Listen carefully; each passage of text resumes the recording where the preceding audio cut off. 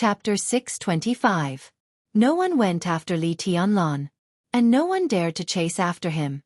In less than a few hours after the Tang family was destroyed, many high-level officials of Jianghu state showed enough anger on different occasions, especially several leaders of the Wang family of Beihai who rushed to Dongshan Park. Their anger was more obvious. But no matter what happened to Li Tianlan, at least the Tang family was really destroyed. The young marshal who came back after the chaos in Eastern Europe had shown enough madness. At this time, no one wanted to stop him. But when Li Tianlan entered Qingdao and boarded the ship, a special plane from Yuzhou had landed directly in Lin. The low-key and shabby motorcade set off from the airport and arrived at Lonely Mountain as soon as possible. Fan Tianyin, the general of the Southeast Group and the Minister of Security of Jianghu State, led the team in person. 2 deputy ministers from Kunlun City and the Prince Group accompanied him. Secretaries, guards and staff, nearly 20 people were crowded in several cars, which made people angry. It's too much. Xianxia didn't know how many times he had repeated this sentence. Born in the Prince Group, he used to be the secretary of a member of parliament in Jianghu State. He had a very high starting point. He even forgot how long it had been since he had been treated like this. Before leaving Yuzhou, the Ministry of Security had communicated with Xianxia. Not to mention Fan Tianyin, the minister, even if there was only a deputy minister leading the team, Xianxia should put out a big welcome. Even if the number 1 or 2 figures of Xianxia did not show up, it was always appropriate to send a secretary general to pick them up. But what about the actual situation? When Fan Tianyin led 2 deputy ministers to Xianxia, the so-called welcome ceremony given by Xianxia was only a police car. The airport police station only sent 2 police officers. Not to mention the Secretary General. Even the director of the police station did not come. When several police officers rushed into the pickup gate nervously, they were even regarded as wanted criminals who had exposed their whereabouts. Thinking of that funny scene and looking at the police car walking slowly in front of him, Xianxia was so angry that his arms were trembling. They are so uncooperative.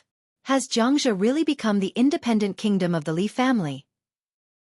The remaining forces of the Li family were all concentrated in Xianxia, which was protected by Wu Zhengmin.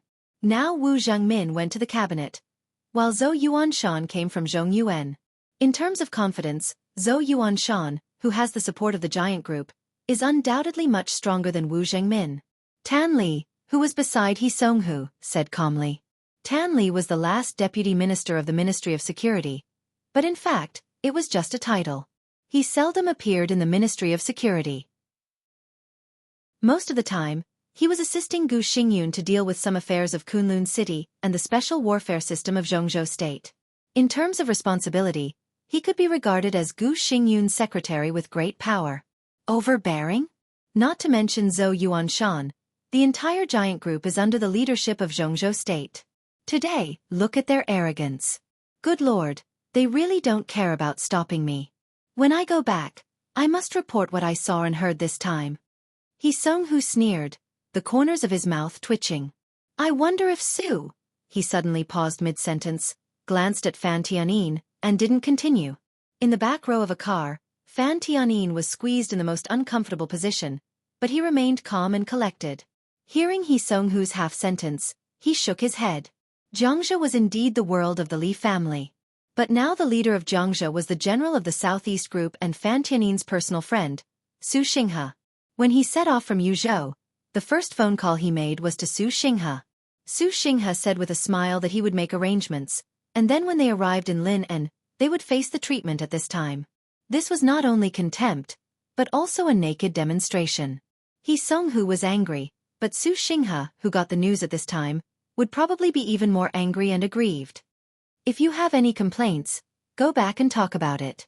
Fan Tianyin took a deep breath, looked at the mountain road that was getting closer and closer, and said calmly, remember our task this time. The shabby police car leading the way in front suddenly stopped. 2 policemen hurriedly jumped out of the police car and saluted. A man who was less than middle-aged but extremely calm stood there, smiling like a spring breeze. In front of them was the path into Lonely Mountain. The man at the intersection stood there and didn't know how long he had been waiting. Fan Tianyin narrowed his eyes, took a deep breath, and said in a deep voice, get off. What if we don't go down? It's better to wait for him to come over. Xianxia was still resentful. Don't get off? Will anyone care about you if you don't get off? Fan Tianyin couldn't help but sneer. The man in his sight didn't look at this side at all, but just talked to the two policemen. Xianxia opened the door resentfully. Fan Tianyin walked out. The man over there was still talking, looking at the two policemen, and seemed to be chatting.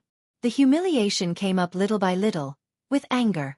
Fan Tianyin clenched his fists tightly, forced a smile, walked quickly, and took the initiative to reach out his hand. Governor Zhou, hello? I didn't expect to see you here. What a coincidence, haha. Governor Zhou, who had stood here alone for a long time, didn't know. This chapter is not over. Please turn the page. Governor Zhou Yuanshan's eyes were clear and gentle, and his body was motionless. When Fan Tianyin came in front of him, he reached out his hand and shook hands with him. He said with a smile, Minister, you are wrong. It's not a coincidence at all. I deliberately waited for you here. Fan Tianyin narrowed his eyes, and his smile faded little by little. I've just met Senior Li. Zhou Yuanshan's voice was very calm, but this calmness had the calmness of a governor, which gave people a lot of pressure. Senior Li has already known why you are here, and he asked me to tell you a message. If you have anything to say, wait until Tianlan comes back from Beihai.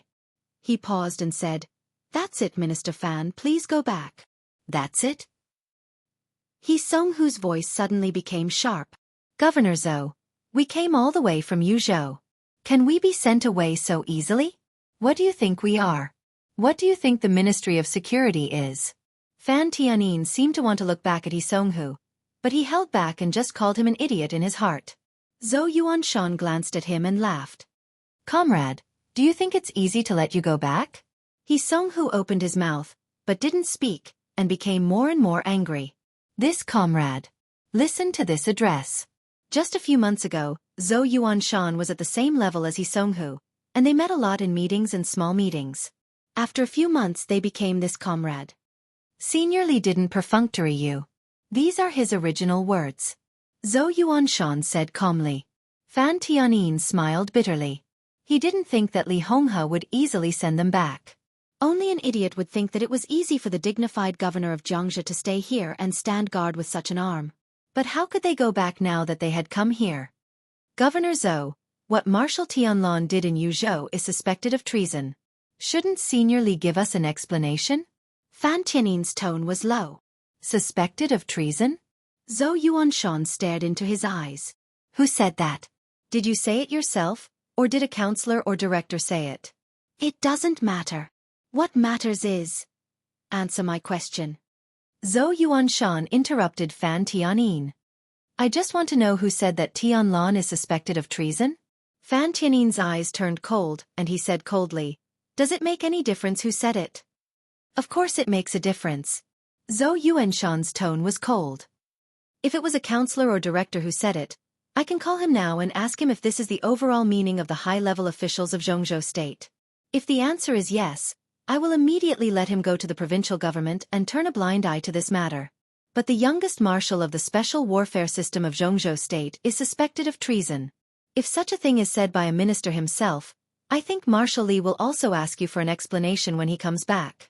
All the marshals in the military should ask you for an explanation. He waved his hand and sneered. When can a minister slander the marshal of Jianghu State?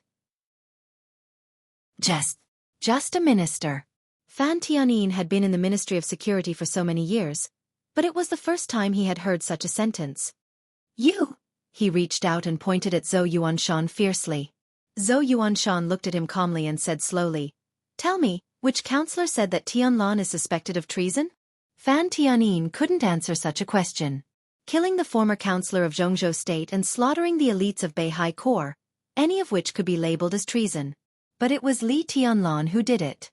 Before Li Tianlan came back, even the council giants would not easily say that Li Tianlan was a traitor.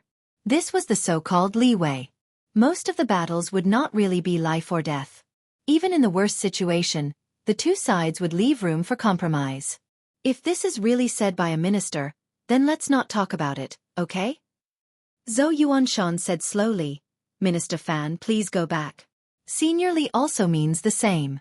If you have anything to say, what explanation do you want? When Tianlon comes back, let him give it to you. He nodded. He still didn't look at the two deputy ministers and said flatly, "That's all I have to say. If you want to break in, I can't stop you because I don't know martial arts. But no matter how down and out the Li family is, not everyone can offend it, right?" He turned and walked into the police car, patted a policeman on the shoulder, and said slowly, "Drive." The police car was bathed in the light of dusk and drove to the mountain road. Fan Tianyin stood there quietly and kept silent for a long time. "It's outrageous, outrageous." "Enough!" Fan Tianyin interrupted He Songhu's roar. He glanced at He Songhu and asked, "Do you want to go up?" He Songhu's voice suddenly stopped. Of course he wanted to go up, but Fan Tianyin asked again, "Do you dare to go up?" He Songhu was a little angry. He snorted coldly and didn't speak. No matter how down and out the Li family was, he was not a deputy minister who dared to break in. Fan Tianyin glanced at the police car quietly going up the mountain and took a deep breath. How arrogant and domineering. This chapter is not over. Please turn the page. He slowly turned around and said calmly, "Since no one wants to go up, then go back." "Go back where?" He Songhu asked blankly. "Go back where?" Fan Tianyin seemed to be angry and laughed. "Go back to Yuzhou. If deputy minister he has the face to go back. You can go to work in the Ministry of Security building tomorrow." "Go back where?" "You tell me where to go. Find a hotel nearby and stay. Wait for Li Tianlon to come back and continue to investigate." The police car was moving forward. The motorcade was retreating. Until the motorcade disappeared from his sight, Zhou Yuanshan withdrew his gaze from the rearview mirror and said calmly, "Drive faster." The policeman who drove for the governor for the first time nodded excitedly and went straight up the mountain road. The construction on Lonely Mountain had come to an end. The sign of the Supervisory Council was also set up. Zhou Yuanshan didn't thank them until he reached a place where the vehicles couldn't pass. Then he got out of the car and continued to walk to the top of the mountain. His pace was still calm, but it was much faster than usual. In fact, Fan Tianyin was wrong. It was true that Zhou Yuanshan deliberately despised them, but he didn't deliberately wait here. When they arrived in Lin En, Zhou Yuanshan was on Lonely Mountain. For nearly 3 days, Zhou Yuanshan had been on Lonely Mountain. Not only him. Dongqing Hongguang, the old patriarch of the Dongqing clan, and Bai Qiuyu, the younger brother of Bai Zhanfeng, the patriarch of the Bai clan, were also on Lonely Mountain. A little earlier, probably after the meeting, the news had been informed to Wu Zhengmin, the deputy prime minister of the Zhongzhou cabinet, Situ Tsungyue, the governor of Kunlun City, and Yun Qinshi, the phantom swordmaster of Mount Shu. Everyone waited quietly. Waiting for the afterglow of the old era to completely fall. Waiting for that era, the era that belonged to the Wang family of Beihai and the Li family, to completely end. Zhou Yuanshan felt that he was witnessing history every minute and second he stayed here. The sun gradually set. Dusk enveloped the sky. Several small wooden huts on the top of Lonely Mountain still stood there, guarding the Li family cemetery and the souls of heroes. In front of Li Honghe's wooden hut, the few remaining elders of the Li family all stood in front of the wooden hut. Qingye and Qi Huang, who had returned from Eastern Europe, stood in front of the crowd. Everyone had been standing for 2 days and 2 nights, and everyone's eyes were red and swollen. Great sadness, like the night, enveloped the entire Lonely Mountain. Zhou Yuanshan walked in silently. In the simple hut, Dongqing Hongguang and Bai Qiuyu sat by the bed and talked with Li Honghe. Li Honghe leaned against the bed. His face seemed ruddy, but his whole body had become more and more shriveled. His eyes gradually lost all their luster and became abnormally dim. Seeing Zhou Yuanshan come in, his eyes lit up and he asked, "Gone?" His voice was a little vague and a little weak. The god of war who once stood up to the sky and supported the whole Zhongzhou state with glory. The old man who once supported the Holy Family with silence and forbearance. After all, he was old. Zhou Yuanshan felt a little uncomfortable. He nodded and said, "Fan Tianyin led the team. He Songhu and Tan Li are here." Dongqing Hongguang raised his eyebrows and said nothing. "Crown Prince, Southeast, Special Warfare." Li Honghe pointed to the outside with some difficulty. They are all afraid." "Yes," Dongqing Hongguang whispered. Tianlon didn't let us down.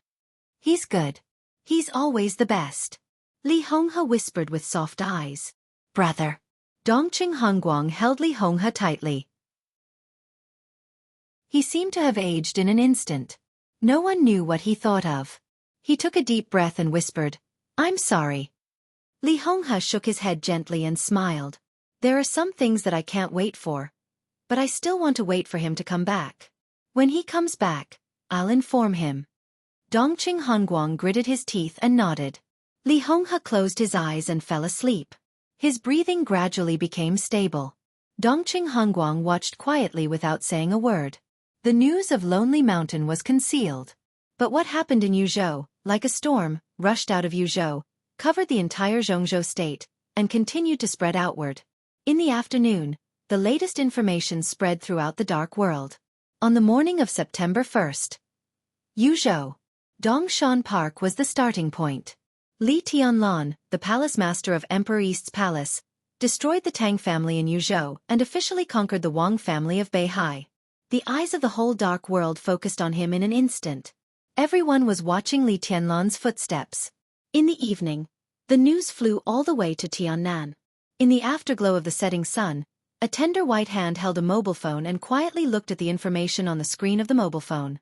She was as still as a statue. The evening wind blew through her delicate and moving short hair, extremely gentle. She quietly looked down at the mobile phone. The sky gradually darkened. Night fell slowly. Clap! With a slight sound, the mobile phone slipped down and fell on the grass of Tiannan. End of this chapter. Bookmark for easy reading. Chapter 626. The so-called Tiannan referred to the area about 800 miles to the south, centered on the border of Nanyun Province in Jianghu State. This area was about equal to the area of 6 provinces of Annan State, and about 1/10 of the total territory of Annan State. More than 3 years ago, when the rebels in Annan State rebelled, Dongqing Wudi, the god of massacre in Jianghu State, still sent troops to help Annan State quell the rebellion. Since then, this remote and fertile land had become a focus that could not be ignored in the dark world. The Purgatory of Heaven capital, the Wang family of Beihai, the Border Control Corps, the Freedom Corps, Jianghu State, Annan State. Countless forces, big and small, had gathered here. The skies of the heavenly south were filled with turbulent winds and scudding clouds almost every day.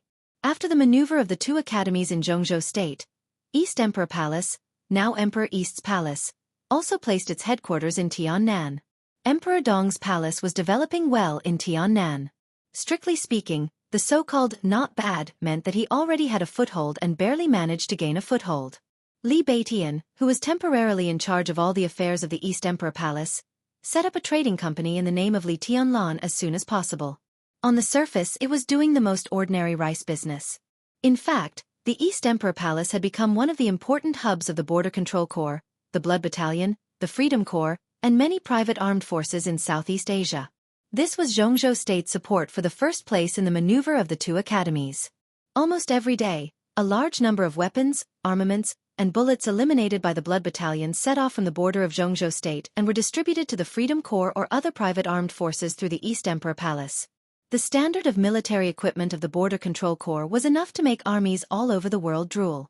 It represented the world's most cutting-edge weapons and equipment.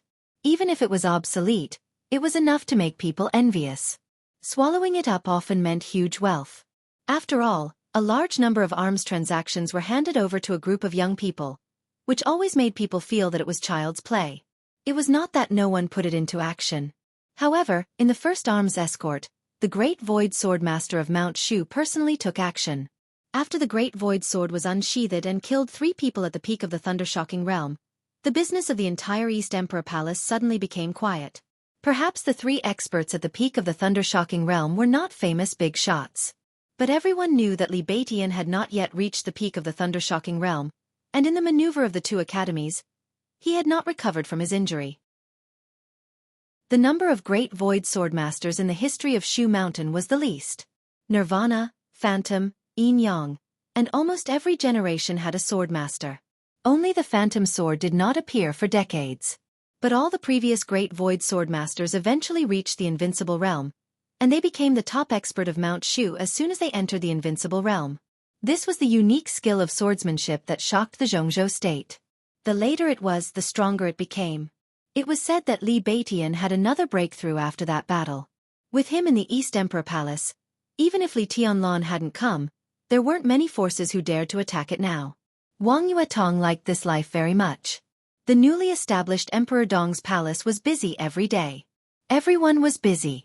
Among the hundreds of people Wang Yuetong brought back after the maneuver of the two academies, almost everyone had something to do. The great cohesiveness that was produced when any force was first established would unite everyone as more and more things happened. Every day in the southern heaven region was very tiring, but it was also very fulfilling. Wang Yuetong was used to this kind of fulfilling and serious life every day. She learned to work hard and cultivate hard.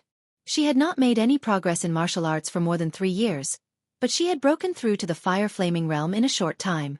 Everyone in the Emperor Dong's palace respected her very much. But this respect was not because she was the daughter of the Sword Emperor, nor because she was Li Tianlan's woman. It was because she was serious. She did not think about the Wang family of Beihai, nor did she miss Li Tianlan, nor did she pay attention to the grievances between them.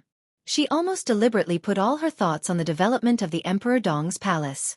Just before receiving the news, she was still planning how to completely open up the road from the southern heaven region to the Golden Triangle. Hundreds of thousands of armed forces in the Golden Triangle were at war all year round, so the demand for arms was even greater. And now there was something that addicts all over the world were crazily pursuing. It was not drugs. It was a special drug. In Jianghu State, it was code-named Dreamland. In the dark world it was known as Heaven. Strictly speaking, it was also a type of drug, but it was harmless to the body. The drug code-named Dreamland could bring people greater enjoyment than other drugs. Some of the ingredients in it neutralized the harmful substances of drugs, and when combined with several other drugs, it became beneficial to the body. Although the strong hallucinogenic drug was not very suitable for strong-willed martial arts experts, the popularity of Dreamland had never decreased in the slightest throughout the world. And there was only one place in the world that could turn drugs into health supplements.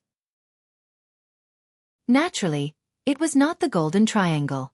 It was the Wang family of Beihai. So for many years, hundreds of thousands of armed forces in the Golden Triangle had been the most loyal allies of the Wang family of Beihai.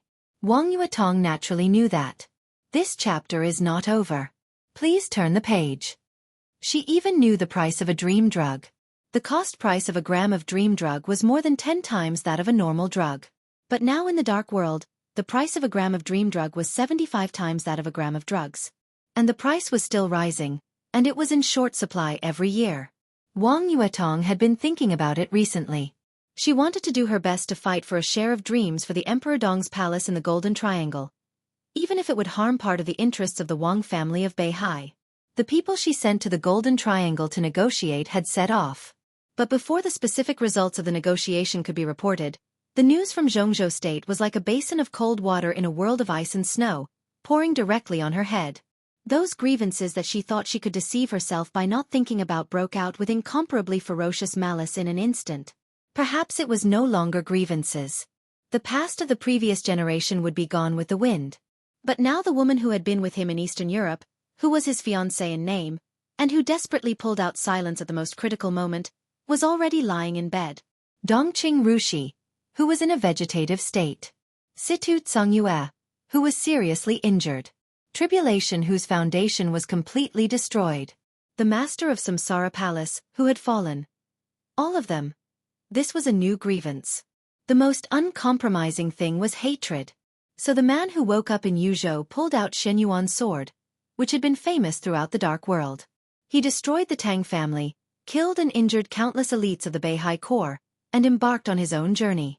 From Yuzhou to Guqin Island, he would land in Choshui City, the southernmost tip of Beihai Province.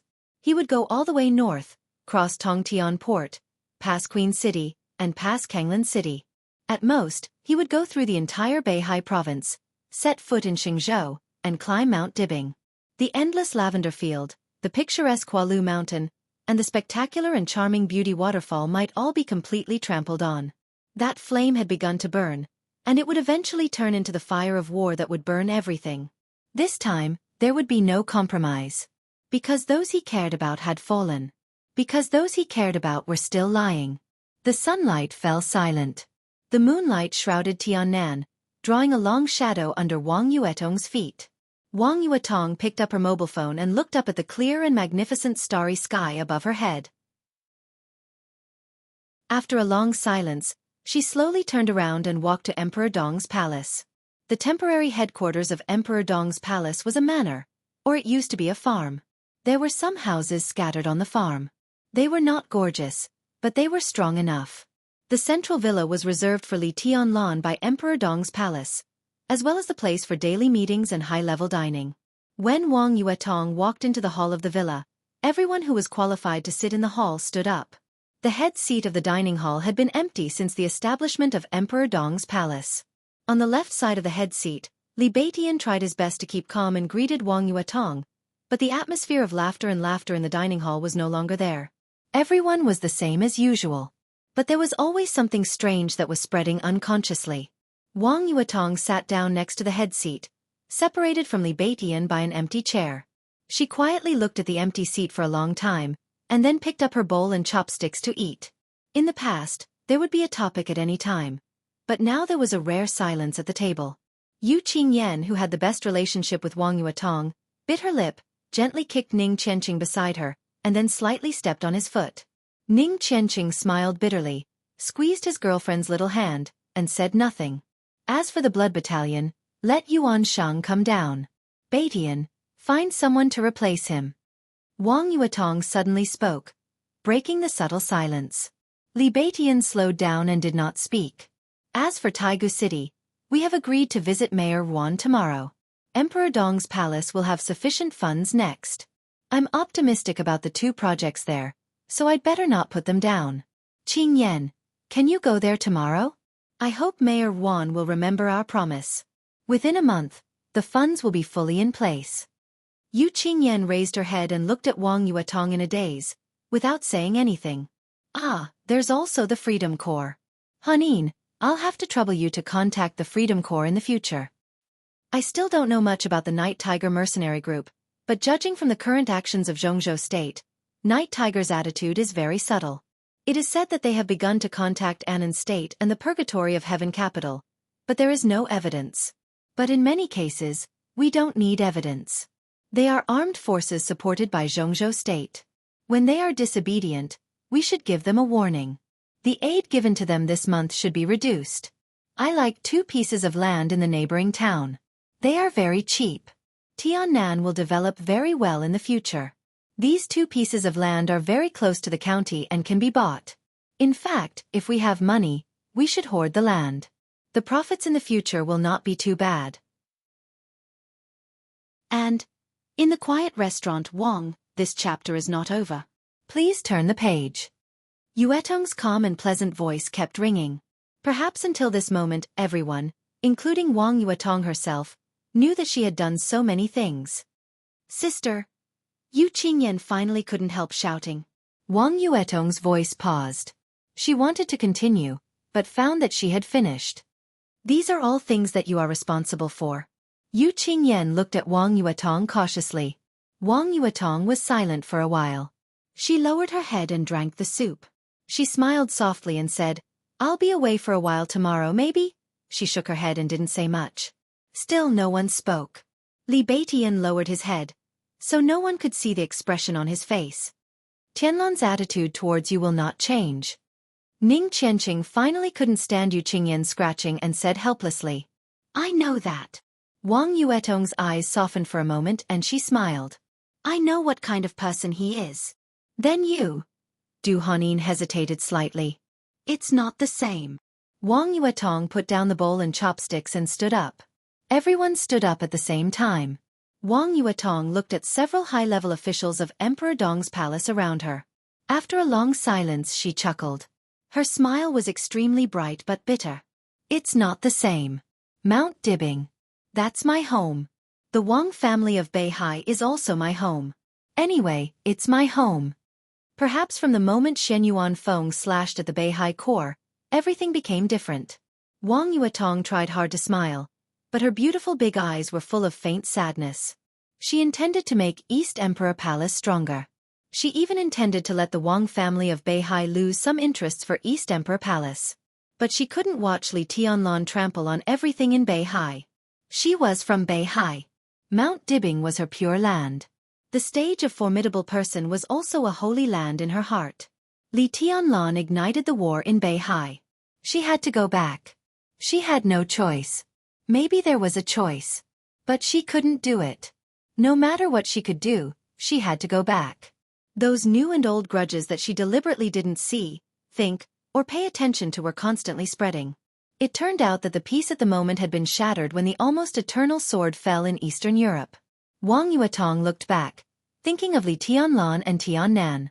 Everything in the past was illusory like a dream. Now she woke up from the dream. She couldn't tell whether the dream was beautiful or cruel or something else. But like countless people in the dream, the moment she woke up, she only had reluctance in her heart. The great reluctance pulled at her heart. The pain was not obvious, but it always lasted and became a force that she couldn't resist. It pushed her to the north. Wang Yuetong stopped talking. She slowly left her seat and slowly walked out. Li Beitian and Ning Qianqing also stopped talking.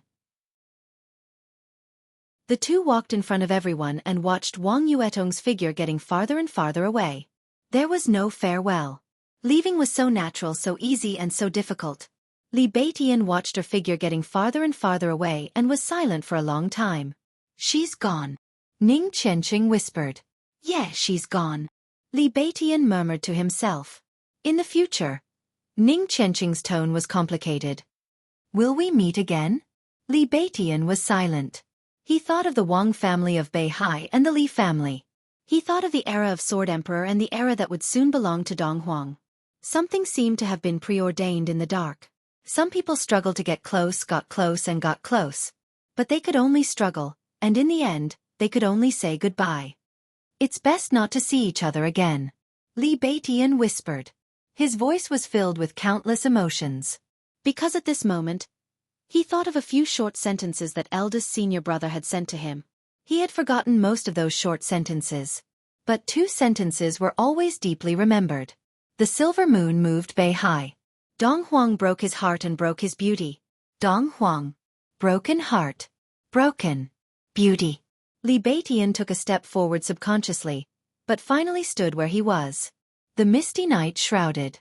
There was mist in the bright blue light, and it was a vast expanse. Everyone was looking at the back that was getting farther and farther away. Someone had ignited the war in Beihai.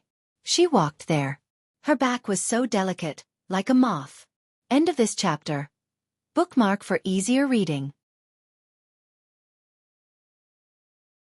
Chapter 627. Her white and tender fingers gently stroked the flower branch. The white petals with a little bit of red in them shook gently, looking extremely weak. The voice behind her kept ringing. It was not impatient, angry, or complacent. It was a calm and rational voice. The tender white palm moved on the flower branch again. Beautiful hands, beautiful people, and beautiful eyes. But she was always in a trance. Her crystal eyes were a little dazed, lacking a lot of calmness and peace in the past. The delicate flower petals slid down one by one as she rubbed them against her palms, landing on her long light golden skirt. The bell in the hall rang. It was almost noon. The voice behind him, who had been talking for the whole morning, finally paused. It was a little hoarse and a little helpless. "Sister-in-law?" "Yes." Summer Solstice pinched a petal, turned around, and looked at Wang Xiaoyao. Wang Xiaoyao took a deep breath and calmly made the final conclusion. "So at this time, I should not go to Eastern Europe, but stay here." Summer Solstice looked at Wang Xiaoyao quietly. She had known Wang Xiaoyao for decades. It could even be said that Summer Solstice had watched Wang Xiaoyao grow up, from a child to a teenager, from a teenager to an adult, and then to a young man. The relationship between uncle and sister-in-law had always been very good. Summer Solstice still remembered that when Wang Xiaoyao was a child, he often pestered her to take him to Jianghu city to buy a time-honored handmade candy. When he was a little older, he practiced martial arts and swordsmanship. He, who was lazy, would come to her and beg her to make his favorite sweet and sour fish. After his father left, Tianzong became stricter with his teaching. Every time he couldn't stand it, he would come here to complain to her. After they got married, Wang Xiaoyao insisted on calling her sister. Later, when he got older, he called her sister, but they were closer. When Xianxia and Yuetong were a little older, he also liked to take his nieces and nephews to play. The handmade candy shop in Jianghu City was still Xianxia and Yuetong's favorite snack. The Sika deer he gave to Yuetong was still kept in the private zoo under Mount Dibbing. Several batches of pure-blooded horses he gave to Xianxia on his birthday were old. Time kept moving forward with the traces of the past, silently. Summer solstice had never felt that time had changed anything. But when she looked at the young man standing beside her, she recalled how he used to pester her to bring him to buy candy when he was young. It was not until this moment that Xianxia clearly felt that everything had already changed. In the time that she did not pay attention to, in the place that she had not carefully observed, the young man in front of her was still handsome, but there was an indiscernible gloominess in his eyes. He stood there with a familiar smile, but the feeling he gave Xianxia was so unfamiliar. Summer solstice sighed softly and shook her head. No. Why? Wang Xiaoyao looked at summer solstice and raised his eyebrows. Sister-in-law, Xianxia can stabilize the situation in Eastern Europe. It's meaningless for me to go there. The news from the outside should have already spread here. Li Tianlan wants to go to the stage of formidable person. If I stay, at least I'll have more protection. Your brother wants you to go to Eastern Europe. Summer solstice looked at the unfamiliar Wang Xiaoyao with a smile. Wang Xiaoyao looked at summer solstice and also felt a little strange. The barrier was becoming blurry and clearer, as if it was becoming more and more real. Mount Dibbing, Beihai Province, the Wang family of Beihai. Wang Xiaoyao lowered his head. Will they all be handed over to Jianghu? He still has the border control corps. Can they handle it? The pressure might be greater, but our position is not easy to begin with. Summer solstice whispered, and the situation in Eastern Europe is also very complicated. Xianxia is too young and difficult to deal with. It's also good for you to let Xianxia come back and practice with Jianghu. Xianxia. Wang Xiaoyao hesitated. He's still too young. Summer solstice's smile remained unchanged. She looked at Wang Xiaoyao and asked, What are you worried about? Since the establishment of the Wang family of Beihai, all the commanders of the Beihai Corps have been the core members of the Wang family of Beihai. Wang Xiaoyao whispered. It was indeed true. Please turn the page if this chapter is not over. The Wang family of Beihai had been established for 500 years. All the commanders of the Beihai Corps had no other surname. Basically, they were the most trusted younger brothers or brothers of the patriarch. And Wang Tianzong himself served as the commander of the Beihai Corps of this generation. Now Wang Tianzong was silent. Before that, he sent Wang Xiaoyao to Eastern Europe and handed over the power to Jianghu. Jianghu now controlled the entire Beihai Corps and was also the commander of the Border Control Corps, acting as the patriarch's authority. Whether in strength or power, he could be said to be unique in the Wang family of Beihai. No one could check and balance Jianghu's identity suddenly became extremely sensitive. It's okay. Summer solstice's smile was like a mask, beautiful and a little pale. Although Jianghu's surname is not Wang, he is your brother's student. Tianzong has always treated him as his own son. Don't worry about him. How's my brother's injury? Intentionally or unintentionally? Wang Xiaoyao asked in a low voice. Not bad. Summer solstice glanced at him and continued to smile. Although that sword strike in Eastern Europe was terrible, Tianzong has broken through and become a real chosen one. He is supreme. What kind of sword strike can hurt him? The so-called eternal sword only caused him an ordinary injury. Although the injury is serious, it does not affect his combat capability. If he wants to recuperate now, it is only because if he forces to fight again, his injury will become more serious. You know, the situation is very chaotic now. He must recuperate in the fastest time. Otherwise, if it were in normal times, he would not need to recuperate at all for such a small injury. Wang Xiaoyao glanced at summer solstice and did not speak. He did not know whether his sister-in-law was telling the truth or not, but what if it was true? He lowered his head and narrowed his eyes slightly. Summer solstice felt the change in his movements, and the warmth in her eyes disappeared little by little. Sister-in-law, are you really going to drive me to Eastern Europe? Wang Xiaoyao whispered. You're treating me like an outsider. Summer solstice whispered. Eastern Europe is very chaotic. Tianzong asked you to go to Eastern Europe because he trusts your ability. At this time, how to end the chaos in Eastern Europe depends on you. As a member of the Wang family of Beihai, Xiaoyao, you should shoulder your own responsibility. Wang Xiaoyao was silent for a long time before he nodded. I actually trust Jianghu too. But I'm afraid the outside world won't think so. I'm my brother's younger brother. At this time if I leave, I'm afraid some people will gossip. Summer Solstice looked at him with soft eyes and a soft tone. You have a clear conscience. What are you afraid of? Wang Xiaoyao suddenly raised his head and looked at Summer Solstice. Summer Solstice was also looking at him without dodging. The air seemed to freeze for a moment. After a long time, Wang Xiaoyao lowered his head again and avoided Summer Solstice's gaze. Sister-in-law, can you make me sweet and sour fish again? He was silent for a long time before he tentatively opened his mouth. Summer Solstice laughed and looked at the man who had always been her younger brother in her heart. She whispered, I'm not feeling well today. I'll wait for you to come back from Eastern Europe. Wang Tianzong lowered his head and looked at the ground. His eyes were a little sad. After a long time he said, I'll go now.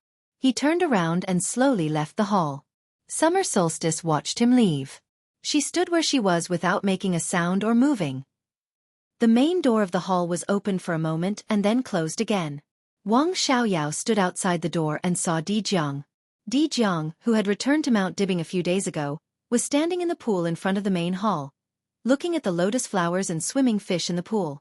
Hearing the sound of the door opening, he turned his head and looked at Wang Xiaoyao.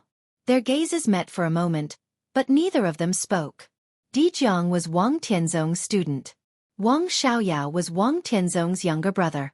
There was a difference in seniority, but they were about the same age. So they were friends. At least they used to be friends.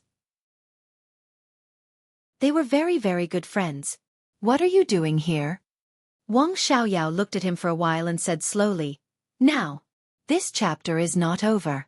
Please turn the page. You can go in. I'm not going in. Jianghu smiled and said carelessly, I'm just strolling around. What's there to stroll around? Wang Xiaoyao's eyes seemed to hide needles. There's really nothing to stroll around. Jianghu was silent for a moment and nodded. Shall I see you off? Wang Xiaoyao took a deep look at him and nodded. The two went down the mountain in silence.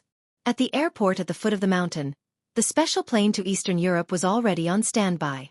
Today was the third time that Wang Xiaoyao had seen Summer Solstice.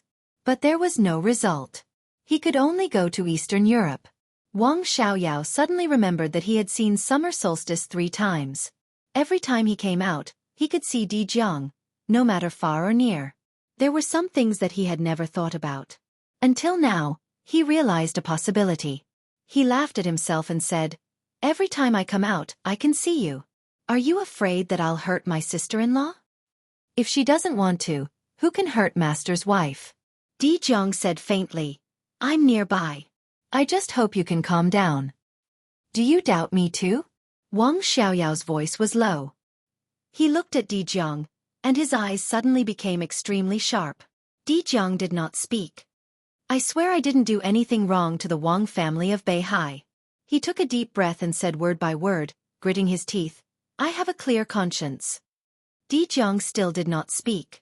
He believed Wang Xiaoyao's words. He had a clear conscience to the Wang family of Beihai, and did not do anything wrong to the Wang family of Beihai. He also believed that Wang Qinglei also had a clear conscience to the Wang family of Beihai, and did not do anything wrong to the Wang family of Beihai. But the problem was that the Wang family of Beihai was too big. You don't believe me? Wang Xiaoyao looked at Jianghu and asked. I believe you. Jianghu's voice was calm. My sister-in-law doesn't believe me. My brother doesn't believe me. Do you believe me? Why? Wang Xiaoyao laughed. Because we used to be friends. Jianghu said. It was not a word. This was a blade that could easily slice through everything. Wang Xiaoyao fell silent. Li Tianlan is coming. After a long time he said slowly. I'll stop him. Jianghu answered without hesitation. Can you stop him? Wang Xiaoyao asked. Just like you are the acting patriarch of the Wang family of Beihai, can you afford to carry Beihai province on your back? Jianghu glanced at him. Can you? Wang Xiaoyao did not speak. His figure was moving forward. A faintly discernible aura seemed to involve the whole world. The pure sword intent of the Wang family of Beihai spread out in an instant with a large area of the void, shaking the entire Mount Dibbing. Di Jiang's figure stopped in place and looked at Wang Xiaoyao. At this moment, Wang Xiaoyao's body was straight, and his whole body was full of sword light. This was the sword light of the invincible realm. Maybe now. Maybe before. No one knew when Wang Xiaoyao had broken through and officially entered the invincible realm. Jianghu state had a new invincible realm expert. Beihai also had a new invincible realm expert. Di Jiang looked back at the top of the mountain. Wang Xiaoyao did not move forward. Time passed for a long time. The top of the mountain was still quiet. It was impossible for Summer Solstice not to feel Wang Xiaoyao's sword intent. But she did not speak. She did not let him stay. Wang Xiaoyao laughed. There was some mockery in his eyes, and he finally calmed down. Protect Beihai and Mount Dibbing for me. Wang Xiaoyao patted Di Jiang on the shoulder and whispered, I always think that I am no worse than anyone, so there are some things. His voice was very low. No matter who has it, I will take it back. But it is not something that belongs to you. Di Jiang said quietly. Wang Xiaoyao waved his hand and walked to the airport. Now it is. End of this chapter. Bookmark for easy reading. Chapter 628. Di Jiang looked at Wang Xiaoyao's back in silence. He didn't want to say anything else to the other party, so naturally, there was no need for them to travel together. Mount Dibbing in the north gradually became cold. When the wind blew, it was bleak. Di Jiang wrapped his clothes and stood on the path on the mountainside, looking at the airport in the distance. The flashing lights of the airport became blurry because it was too far away, and the sound of the plane taking off was faint. In the end, it was submerged in the surrounding waves. The huge fuselage rushed into the sky from the lights and flew towards the north. Di Jiang pressed his lips together tightly. In the gloomy sky, his expression carried a suffocating firmness. The negotiations with the Snow Empire had already come to an end under the speculation of countless people. Jianghu state and the rest of the world were still working hard. But in the future map of the dark world of Snow Country, the Wang family of Beihai had become the only dominator. Wang Xiaoyao flew over. In the future, that place could be said to be his sphere of influence. But Di Jiang would never forget who helped the Wang family of Beihai take down Snow Country. Therefore, Snow Country was still not Wang Xiaoyao's understanding. It only belonged to Mount Dibbing. The gloomy sky covered the sun, and a touch of darkness appeared between heaven and earth. After a short while, the rain fell with the wind, biting cold and wet. Di Jiang stood quietly for a long time, then slowly turned around and walked up Mount Dibbing again. Mount Dibbing was heavily guarded. The internal security forces of the Wang family of Beihai were scattered from the foot of the mountain to the top of the mountain. An opportunity with murderous intent was brewing in every corner of the mountain. The entire Mount Dibbing was in a state of battle. Di Jiang walked to the top of the mountain in silence. Elite warriors came and went, and they would salute him the moment they saw him. Summer Solstice did not disclose Wang Tianzong's injury. She just said that he needed enough time to adapt to the new realm. Since the end of the chaos in Eastern Europe, Sword Emperor had traveled all over the world. Such a lie could keep the morale of the Wang family of Beihai high. In the absence of Sword Emperor, Di Jiang temporarily took over the position of patriarch of the Wang family of Beihai and exercised all the power. Di Jiang was lost in thought for a while. He hesitated and finally came to the palace where Wang Tianzong and Summer Solstice usually lived. Come in. The peaceful voice of Summer Solstice sounded in the hall. Di Jiang walked in slowly. Xianxia sat on the sofa, fiddling with a pot of flowers and plants that looked very delicate. Her white fingers were stained with mud, but they were extremely agile. Di Jiang bowed slightly and said respectfully, Madam. Xiaoyao left. Xianxia pushed the flowers in front of her, looked at Di Jiang, and asked softly. After he broke through, he waited for about 10 minutes. Di Jiang replied. He knew very well what Wang Xiaoyao was waiting for after the breakthrough. He had entered the invincible realm and could be said to be the strongest person except for Summer Solstice. Summer Solstice was in a very bad state, so Wang Xiaoyao became the strongest and most suitable candidate to stop Li Tianlan. He hoped that Summer Solstice would ask him to stay. He's waited for more than 10 minutes. Maybe he's been waiting for a long time? Summer Solstice was silent for a while and shook her head. Do you believe that he will make a breakthrough at this time? Jianghu was stunned. You mean, he asked tentatively, he broke through a long time ago? Summer Solstice reached out and flicked the flowers and plants in front of her. She said calmly, who knows? Jianghu stood there, lost in thought. After a long time, he took a deep breath and muttered to himself, why? That might be the question that everyone who knew the inside story wanted to ask now. Why? Before that, many people had noticed the hidden danger inside the Wang family of Beihai. But at that time, the hidden danger was exactly in Wang Tianzong and Wang Xiaoyao. This chapter is not over. Please turn the page. Between Sigh and Thunder. No one doubted Wang Xiaoyao. No one knew what was going on with Wang Xiaoyao. Wang Tianzong had transferred Wang Xiaoyao to Eastern Europe at this time, which had deeply expressed his distrust. Why did this happen? What did Wang Xiaoyao do? The elder brother was like a father. For so many years, Wang Tianzong and Wang Xiaoyao had always had a very good relationship. It was not the kind of relationship that was pretentious, but real intimacy. Since when did Wang Xiaoyao have other thoughts? Summer Solstice shook her head. It seemed that she didn't want to discuss this issue. She glanced at Jianghu and suddenly asked, how are you going to deal with Li Tianlan? Jianghu was now the acting patriarch of the Wang family of Beihai. Any action against foreign enemies should be decided by her. I have summoned all the patriarchs of the wealthy families of the Wang family of Beihai. At 3 o'clock in the afternoon, we will have a meeting in the World Palace. Jianghu looked at his watch and said, I hope you can also attend. I won't go. Summer Solstice shook her head. I believe you can handle it. Jianghu took a deep breath and nodded. Don't worry, Master's wife. The dignity of the Wang family of Beihai is more important to me than anything else. More important than anything else. Summer Solstice suddenly froze and asked in reply. Jianghu was also stunned. He nodded and said frankly, yes, this is our Beihai. Summer Solstice suddenly laughed. She seemed to have hesitated for a long time and finally made up her mind. She nodded and said, go ahead. Jianghu turned and walked out of the hall. When he was about to go out, he suddenly said, Yue Tong. The hatred between the Wang family of Beihai and Li Tianlan was getting deeper and deeper. Yue Tong became Li Tianlan's woman. He was very worried that Yue Tong would be targeted over there. Yue Tong? Summer Solstice was in a trance and whispered, she will hate me for the rest of her life, right? Jianghu scratched his head. Summer Solstice waved her hand and whispered, but so what? The dignity of the Wang family of Beihai is more important than anything else. Jianghu went out. Summer Solstice was in a daze for a while. She stood up and finally opened a mechanism in the corner of the side hall of the hall. Some ear-piercing mechanisms slowly revolved, carrying with them the countless years of time that had passed, releasing noises. A narrow passage appeared in front of Summer Solstice. Countless lights in the passage looked gorgeous and weird. Summer Solstice entered a series of complicated passwords.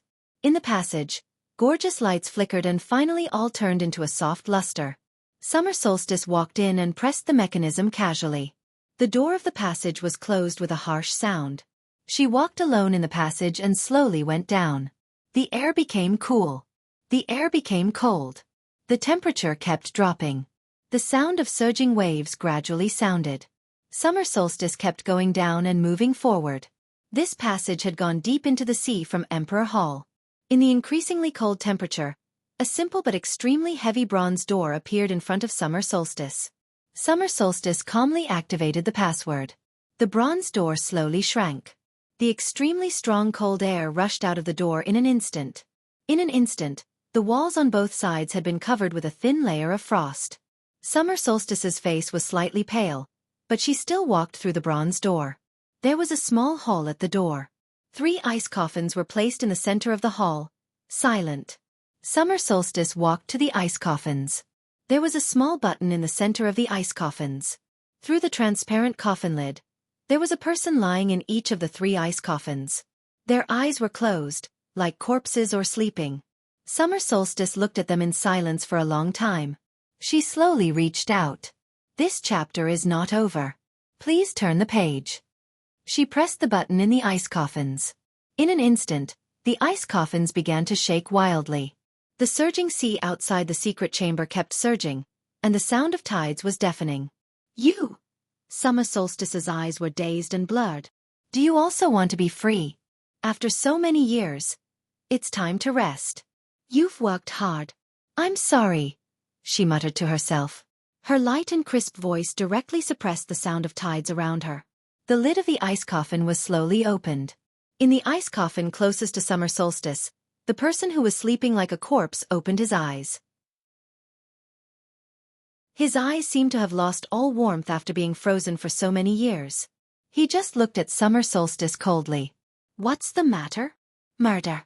Summer Solstice looked at him, and her eyes became more and more complicated. She took out a few printed photos and handed them to him. This person is going to die. It was a young and calm face in the photos. Li Tianlan's face. Password.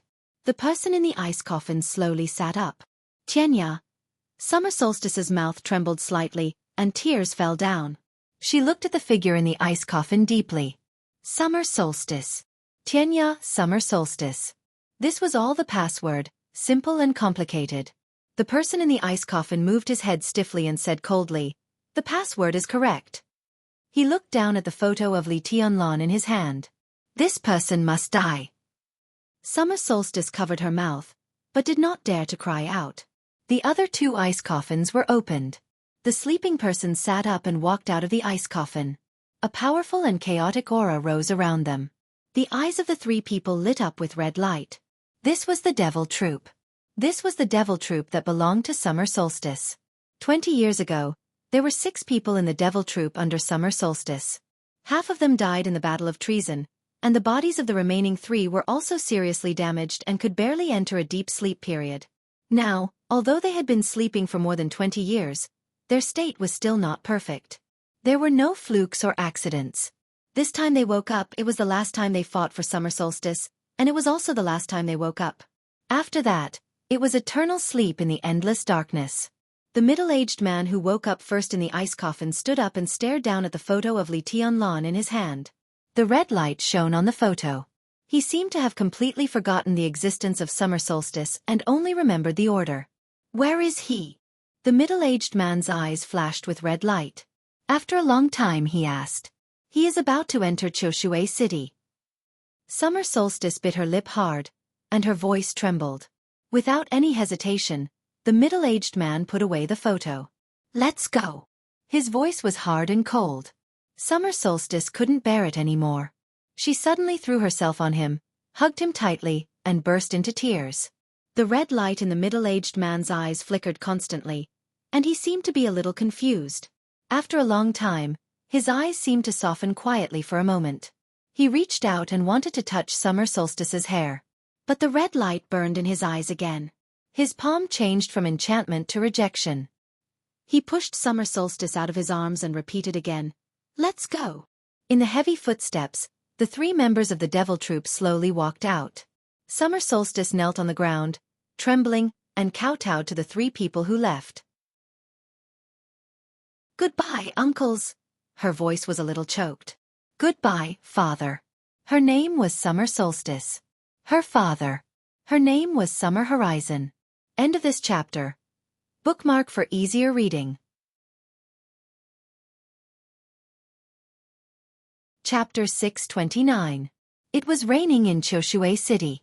The continuous autumn rain fell from the city to the sea, knocking on the windows of the cruise ship. In the increasingly urgent sound, Li Tianlan opened his eyes. All the dreams were washed away by reality. The flames, thunderbolts, and sword light suddenly went away without a trace. The ocean was behind. The rain shrouded Xianxia City, which was getting closer and closer. The outline of the most elegant and clean city in the north of Jianghu state was clear. Li Tianlan looked at it quietly. His face was pale, his breath was weak, and his spirit had fallen to the bottom. He looked extremely haggard, but his bloodshot eyes were as bright as stars. The almost dazzling light kept jumping in his eyes, like sword lights leaping in the boundless night sky. From Yuzhou to Qingdao. From Qingdao to Xianxia. Thousands of miles of road and ocean. Li Tianlan seemed to be immersed in a strange world. It was a world of swords, an empire of swords. But it was not his own world. It was Dongqing Huangtu's world. He had gotten the notebook belonging to Dongqing Huangtu before the final game in Eastern Europe. The notebook, which was copied by the master of Samsara Palace, was full of Dongqing Huangtu's experience in swordsmanship. Li Tianlan couldn't describe what it was like. Looking at the notebook, he felt like he was walking on the same path, but he inadvertently saw a different scenery. Dongqing Huangtu's description of swordsmanship confused him too much. Instead of helping him, the amazement made him more and more questions. Until he was in Winter Mountain Park. Until now. From the moment Shen Yuan Feng completely shattered to the present. Li Tianlan was almost completely trapped in Dongqing Huangtu's swordsmanship. He searched for his own problems in that vast and boundless world of swordsmanship, verified Dongqing Huangtu's martial arts, and saw the real 13-story pagoda and Shen Yuan Feng. Finally, he walked out of that world with great difficulty. All the questions seemed to have answers. The road ahead began to become clear. It was no longer the direction of his own speculations and experiments. Instead, in the world that belonged to the way of the sword, the streaks of sword light clearly told him what was right. Perhaps it was not until this moment that he really understood what the 13 floors was. This was not a sword array created by a paragon. From a certain point of view, the 13 floors were everything to that genius. After rocking in the ocean for a long time, the huge cruise ship slowly approached the shore. In the rain, Choshui City was hazy and cold, like a goddess standing by the sea watching the sea. The cruise ship was full of tourists from Jianghu State going to Choshui City. Beihai of Jianghu State and Nanhai of Jianghu State had always been tourist attractions of Jianghu State. The rich tourism resources could bring endless wealth to the Wang family of Beihai every year. Li Tianlan walked silently at the back, looking at the excited crowd in front of him. Everyone was looking forward to the grand scene. Only he longed for revenge. If this chapter is not finished, please turn the page. This is revenge. The best result of lying in bed was Dongqing Rushi, who was in a vegetative state. His foundation was completely destroyed, and there was almost no hope of recovery. Situ Tsangyue was seriously injured in the self-explosion of the Devil Troop. Lin Fengting was seriously injured. Countless elites of the Snowdance Corps had died with grievances. The power of the Wang family of Beihai was active in the chaos in Eastern Europe. They erased the superficial evidence, and their subsequent actions were completely unscrupulous. Why? Because they had the Sword Emperor. In his heyday, the Sword Emperor of Jianghu State was the overall situation of Jianghu State. Li Tianlan walked out of the cruise ship with the crowd. The rain in the sky fell gently on his face, cool and without any trace of human life. I will protect you. The more optimistic result. Vegetative state. Li Tianlan's heart suddenly twitched, and he clenched his fists. Little by little, his somewhat lifeless eyes lost all the warmth in them, becoming cold and finally crazed. The young couple in front of him was chattering. I'm finally home. I'm free. Dongshan is also very good, and the people are also very enthusiastic. Although not as good as our Beihai, it's also good. Humph, you think it's not Dongshan that's good, right? Is it your ex-girlfriend in Dongshan? No. I think so. I saw her at your class reunion, and you talked for a long time. Why did you take me with you? Did I disturb your reunion? Ahem. Don't think too much. I only have you in my heart, really. Humph, I don't want to talk to you. Where are you going? I'm going home. Don't follow me. Since you think Dongshan is good, you can go to Dongshan to find her. Don't pull me, go away. I didn't mean that. I don't believe you. You talk for so long. I'm so angry. Go away. The young and arrogant girl shook off the boy's hand and walked forward. Behind her, the boy raised his hand in a high voice helplessly. His tone was very gentle, but with an indescribable solemnity. I promise His Majesty Sword Emperor that I only have you in my heart. Don't be angry. His voice was very loud. Some tourists from Jianghu State looked at him in bewilderment. On the other hand, some of the North Sea locals smiled kindly. The girl named looked back at her boyfriend, a little hesitant. Stop it. There's nothing between me and her. The boy chuckled softly. Then promise His Majesty that you can only be good to me in the future. Okay. The boy raised his hand and chuckled. I promise His Majesty's Sword Emperor that I'll be good to you for the rest of my life. The girl's face turned slightly red. She rolled her eyes at the boy and took his palm. Li Tianlan watched this scene quietly. This chapter is not over. Please turn the page. The scene. The last few words of the young couple might have given him a greater impact than when Wang Tianzong swept the entire dark world that day. Promise His Majesty's Sword Emperor. Among the ordinary people in Beihai, this seemed to be the most solemn oath. It was the Real Supreme, inviolable and inviolable. This was Beihai Province. This was the most powerful place in the dark world. It was also the province with the highest happiness index and the strongest sense of belonging for the civilians in Jianghu state. Li Tianlan couldn't imagine to what extent a person had to be deeply rooted in people's hearts to make the civilians here regard swearing to him as the most solemn thing. Li Tianlan couldn't understand how much sincerity and effort it took to achieve this step. Promise His Majesty's Sword Emperor. In a short sentence, the boy's solemnity, the girl's ease, and the smiles of the civilians in Beihai around. At that moment, Li Tianlan felt nothing but happiness and stability. Perhaps Jianghu state should have known this long ago. Beihai belonged to the Beihai people. The Sword Emperor belonged to the Beihai people. He stood in the highest sky of this province. For countless years, he had shouldered all the wind and rain alone. What he protected was not only Mount Dibing, but also tens of millions of civilians and nearly 200,000 square kilometers of land in Beihai province. He had done all of this. He had used all of his means. Countless civilians in the entire province sincerely trusted him, worshipped him, and even trusted him. In Beihai, he was like the only god. This was the Sword Emperor of Beihai. In the dark world, he was an ambitious person. In Li Tianlan's eyes, he was the biggest opponent. In Jianghu state, he was one of the most supreme people in power. In Beihai, he was the most benevolent person. He let his people live and work in peace and contentment, and let his land be happy and stable. Was the benevolent invincible, or the invincible invincible? Li Tianlan took a deep breath. He didn't think he was qualified to evaluate Wang Tianzong now. But what the other party had done made him envious and even awestruck. Beihai province's nearly 200,000 square kilometers of mountains and rivers, one person and one city, were all dauntless boldness displayed by a monarch over the course of more than 20 years. A breeze blew past. The drizzle fell. An atmosphere similar to but somewhat different from that of Jianghu state was impacting Li Tianlan's body and mind. It was the power of tens of millions of people. It was as vast as heaven and earth. It was unshakable. His figure walked across the dock and the deck. In the crowd, some people who seemed to have nothing to do in all directions locked on Li Tianlan almost at the same time. Someone took out his mobile phone. Someone left. Someone walked toward Li Tianlan.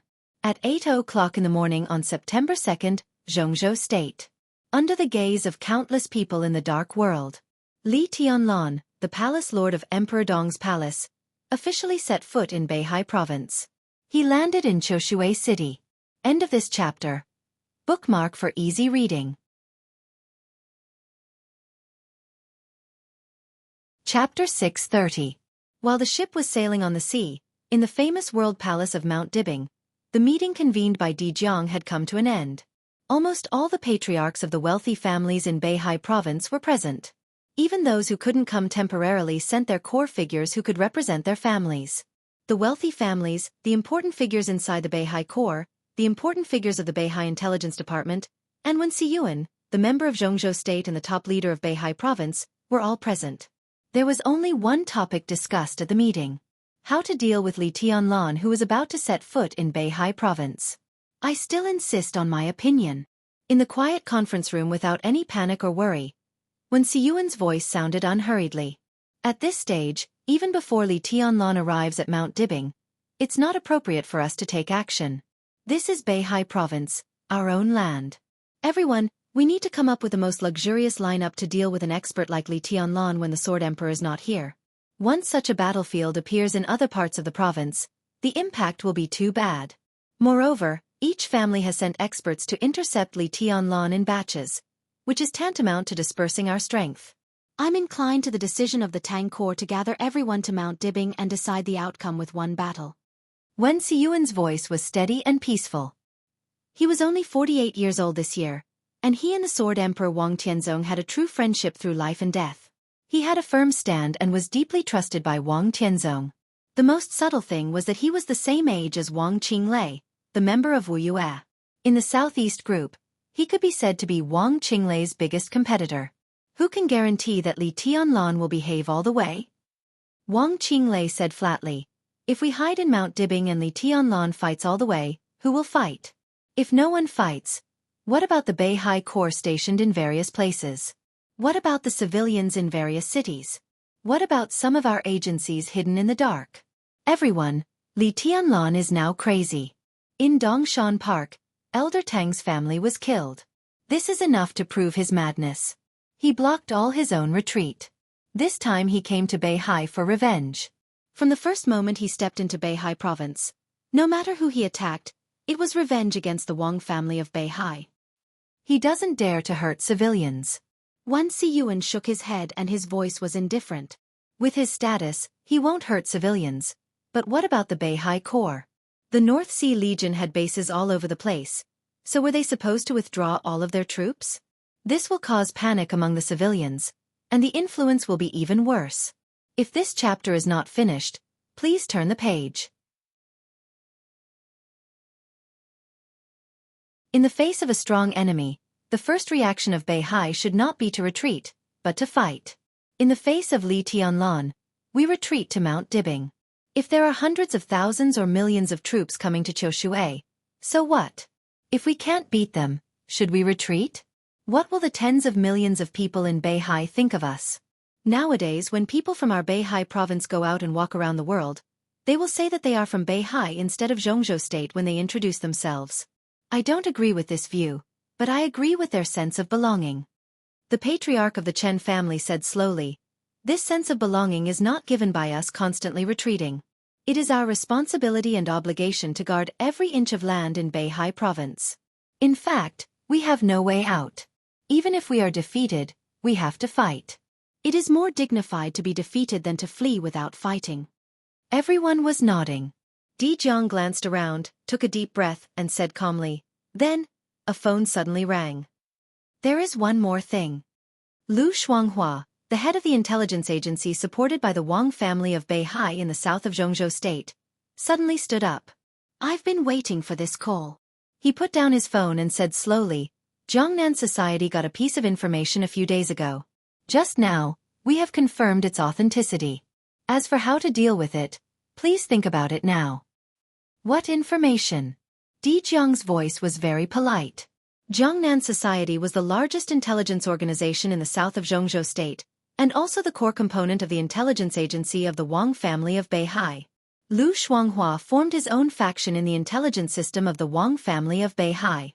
Most of the time, he didn't even give face to Xian Ming, the head of the intelligence agency of Beihai.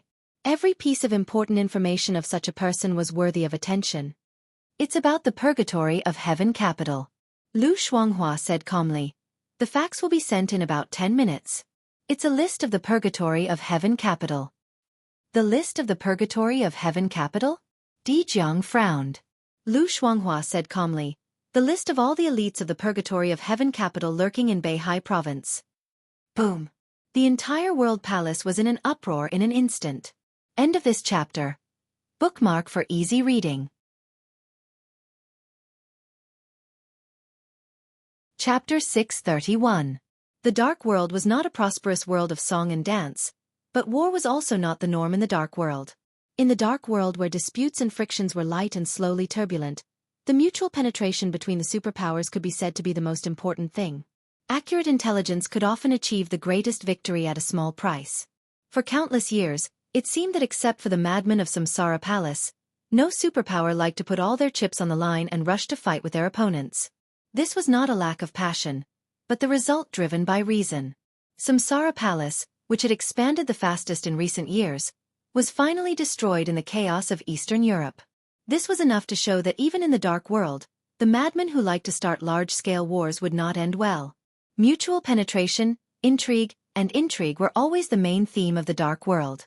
Because of this, all superpowers attached great importance to intelligence, especially the intelligence of the enemy's infiltration into their own side, which was the top priority of every superpower. The Wang family of Beihai was no exception. Especially the intelligence of the Purgatory of Heaven capital's infiltration into the Wang family of Beihai. Li Guangtu's identity was no longer a secret, so the entire Purgatory of Heaven capital and the higher-ups of Beihai province had become extremely sensitive. As soon as Lu Shuanghua's voice fell, two patriarchs of the wealthy families stood up and said in unison, "The entire list?" Lu Shuanghua said blandly. The two patriarchs of the wealthy families were thoughtful. Everyone fell into deep thought. Lu Shuanghua glanced at the two patriarchs of the wealthy families who stood up first, intentionally or unintentionally, and the coldness in his eyes flashed away. He looked at Jiang, and his whole body was as calm as a rock, extremely cold and hard. Where did it come from? The huge harvest did not make Jiang ecstatic. He looked at Lu Shuanghua and asked in a very calm tone. When the Purgatory of Heaven capital appeared in East Island more than 3 years ago, it already had a very complete structure, so that their development in East Island in the past 3 years was extremely smooth and they had never encountered any bottlenecks. This was enough to say that although it had only been more than 3 years since the Purgatory of Heaven capital appeared in the Dark World, no one knew how long it had been secretly preparing. Combined with Li Guangtu's identity, all this was not strange. So if the Purgatory of Heaven capital had infiltrated some secret pawns into the Wang family of Beihai, then the time was definitely not more than 3 years ago, but earlier. Lu Shuanghua's Jiangnan society had only begun to develop in Zhongzhou state in recent years, and it had never penetrated into East Island. Then how did this intelligence come? When the major forces are hostile to each other, they will infiltrate each other. If this chapter is not finished, please turn the page. Even if we're allies, there are still times when we have to play chess. Lu Shuanghua looked at Jiang meaningfully. The list in my hand contains not only the spies of the Purgatory of Heaven capital who infiltrated the Wang family of Beihai, but also some of Li Honghe's chess pieces on the chessboard of Beihai. If Li Honghe could make a move back then, Beihai could also make a move in the Li family's camp. You mean? Jiang's heart trembled slightly. This was before the chaos in Eastern Europe. The other party was a real core figure in the entire Purgatory of Heaven capital, and even the entire Li family. It was not difficult for him to get the information. His Majesty gave me this clue. When the chaos in Eastern Europe broke out, Li Guangtu and Daybreak were in Eastern Europe. I sent people into Heaven capital to investigate secretly. After many parties confirmed it, only today did reliable news come back, and the list was confirmed. Lu Shuanghua took out a USB and threw it to Jiang. It's all here. Jiang took it subconsciously, but kept silent and did not speak. After he took control of the supreme power of the Wang family of Beihai, the first thing he did was to launch the intelligence system of the Wang family of Beihai. With Xianxia as the center, he cleaned up all suspicious people in the entire province. This move was undoubtedly to deter all parties. However, what Lu Shuanghua gave him at this time was too important and too tricky. The list of all the elites of the Purgatory of Heaven capital lurking in Beihai province. All the elites. At this delicate point in time, Li Tianlan was about to land in Beihai province. But the Wang family of Beihai was busy attacking the Purgatory of Heaven capital? Attacking the Purgatory of Heaven capital was equivalent to attacking the Li family. Li Tianlan's attitude was obvious. But if he didn't take action, what role would these people play on Li Tianlan's way forward? Jiang's palm was extremely heavy. For the first time since he sat in this position, he knew what a dilemma was. Are there any elites of the Purgatory of Heaven capital in Choshui City? Huangfu Yi, the patriarch of the Huangfu family, suddenly asked. Lu Shuanghua froze and remained calm. Jiang looked at Huangfu Yi and raised his eyebrows slightly. 32 people. Lu Shuanghua hesitated and slowly said, "There are 32 people of the Purgatory of Heaven capital lurking in Choshui City." Huangfu Yi glanced at Jiang and nodded. "I'll ask famous generals to deal with them." Jiang finally couldn't help but smile bitterly. His eyes swept across the whole hall. In the hall where countless people had different expressions, there was another person who was also smiling bitterly with helplessness. Jiang, this chapter is not over. Please turn the page. He froze for a moment. The one who was also smiling bitterly was Wang Qinglei. Wang Qinglei seemed to feel Jiang's gaze. He glanced at him and shook his head slightly. Jiang took a deep breath and suddenly looked at Lu Shuanghua. Uncle Lu, are you sure that chess piece is absolutely reliable? What are you doubting? Lu Shuanghua laughed. Di Jiang wanted to say something but finally shook his head. The relationship between Li Tianlan and Li Guangtu was extremely delicate. Li Guangtu was now seriously injured and dying. When Li Tianlan landed in Beihai, the list of the purgatory of heaven capital lurking in the Wang family of Beihai suddenly appeared. It was an incredible coincidence, as if someone was deliberately promoting it. I think it's credible. Lu Shuanghua said calmly. Of course, if you think there's something wrong, you can ask His Majesty directly. That's the clue His Majesty has. Di Jiang smiled bitterly. Now, except for summer solstice, even he didn't know where his teacher was. How could he ask? Lu Shuanghua sat down and said calmly, if there's really something wrong, don't do it for the time being. Di Jiang became more and more helpless. If the list of the purgatory of heaven capital was true, how could they not do it? Di Jiang opened his mouth for a moment. The urgent ringtone of the phone suddenly rang. Xian Ming beside Lu Shuanghua answered the phone. Just after hearing a few words, Xian Ming's face suddenly darkened. He slowly put down the phone, looked at Di Jiang, and said calmly, Li Tianlan has landed in Chushui City. Di Jiang glanced at him. Xian Ming's voice continued. The 10 elites I arranged at the dock of Chushui City were killed before they could get close to Li Tianlan. What a bastard! In anger, Huang Fuyi suddenly stood up. Where is he now? Xian Ming's face became more and more gloomy. Now, he is on his way to the Huangfu family. The whole world palace was completely quiet. Everyone was looking at Di Jiang. Until then, everyone understood that it didn't make sense for them to discuss whether to fight or to retreat. Li Tianlan didn't even give them a chance to retreat. If he went to the Huangfu family now, his next stop might be the Chen family. Then it was the Tang family. When these wealthy families had no way to retreat, Mount Dibing also had no way to retreat.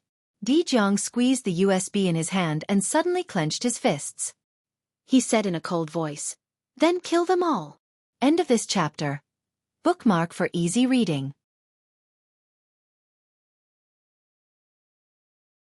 Chapter 632. In the west of Choshui near the sea was the highest mountain in the entire Beihai province, called Lingtai. The scenery of Lingtai Mountain, 3,000 meters above sea level, was beautiful and magnificent. The 12 sites of Lingtai were very famous in the entire Jianghu state and even the world, attracting countless tourists from all over the world every year. The 12 sites of Lingtai was what the backpackers called it. Those who had seen the whole picture of Lingtai Mountain knew that there were 16 sites on Lingtai Mountain, but the most beautiful ones had never been open to the public for hundreds of years. The most beautiful scenery in the mountains was naturally at the top. The 12 sites of Lingtai were all concentrated on the mountainside, and the large area from mountainside to the top had never been open to the public for hundreds of years. It was the most mysterious forbidden area in Choshui City, heavily guarded, and only a few people had ever been there. There was a wealthy family in Choshui named Huangfu. Lingxi Pavilion at the top of Lingtai Mountain was the headquarters of the Huangfu family. Be it rain or shine, the Lingxi Pavilion seemed to always be beautiful. The clouds were like curtains, and the golden sunlight outlined the ever-changing clouds.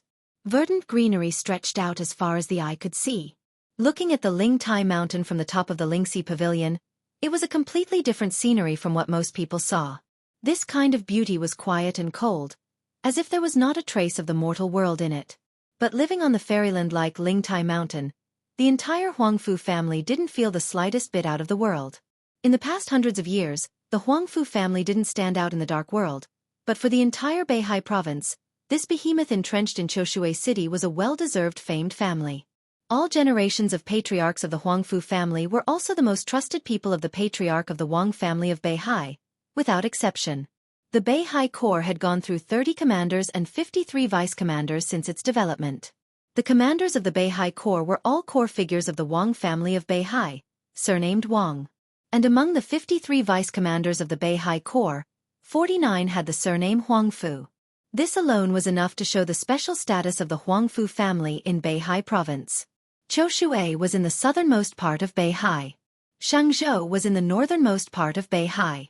One in the south and the other in the north, these were the two largest cities in Beihai province, guarding East Island and Snow Country respectively. The Huangfu family was located here, which meant something from the beginning. It was no exaggeration to say that when Li Tianlan first came to Beihai, he chose the toughest bone to chew. The continuous rain with a slight chill beat on the verdant Ling Tai mountain. With this autumn rain, the Huangfu family directly sealed off the Ling Tai mountain. The dense killing intent spread from the clouds on the top of the mountain to the foot of the mountain. Under the curtain of rain, everything in Li Tianlan's sight was already filled with killing intent. The people at the foot of the mountain were looking up. The people on the mountain were looking down. In the ancient hall of the Consonance Pavilion, almost all of the important figures of the Huangfu clan, with the exception of the patriarch, had already arrived. On the huge screen, Li Tianlan appeared in front of everyone. Everyone is watching this attempt to tear through the north. If this chapter is not finished, please turn the page. The madmen of Haixing province all had different expressions. He really dares to come here. Huangfu Feiyang, the mayor of Qiushui City, looked at Li Tianlan and said in a cold voice, "Do you really think my Huangfu family is a pushover? Don't be careless." The wife of the Huangfu family's patriarch shook her head gently. Her appearance was not outstanding, but when the enemy came, her expression was extremely calm. This madman wants to trample on the dignity of the entire Beihai province. Maybe in his eyes, we are just the first stumbling block on his way forward. Feiyu has already arranged everything. As long as he dares to come up the mountain, he will definitely pay the price. Everyone's expression slightly calmed down. General Huangfu Feiyu of Jianghu State. To some extent, he could be said to be the #1 famous general in Beihai province and the current second commander of the Beihai Corps. Although Wang Tianzong was the commander of the Beihai Corps, most of the matters were handled by Huangfu Feiyu. The Huangfu family had absolute confidence in him, whether in martial arts or personal strength. The most elite famous general troops of the Huangfu family were now deployed on the Ling Tai mountain. Under the command of Huangfu Feiyu, the Huangfu family had the confidence to face even a young heavenly son. "I heard that the Tang family has been destroyed, Huangfu Feiyang's wife said hesitantly. No one said anything. Huangfu Feiyang snorted coldly, glared at his wife, and said nothing. Although he was only the mayor of Qiushui, several levels lower than Tang Wansen, a member of parliament, in terms of overall strength, the Tang family of Yuzhou, which was also a rich family, could not be compared with the Huangfu family at all. The one who could really compare with the Huangfu family was the Tang family in Beihai province. The Tang family? It was just a branch of the Tang family, not even the most powerful branch. There were 7 cities in Beihai province. Even if Mount Dibing was not included, there were 7 wealthy families. Any one of them was at the top level in the dark world. Even if they were not superpowers, they would not be much worse than the 4 major families in Eastern Europe.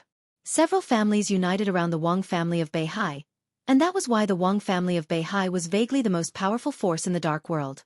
This was the foundation of the entire Beihai province. If not, it would not be so shocking that Li Tianlan wanted to break through the entire Beihai province. Third uncle is no match for Li Tianlan.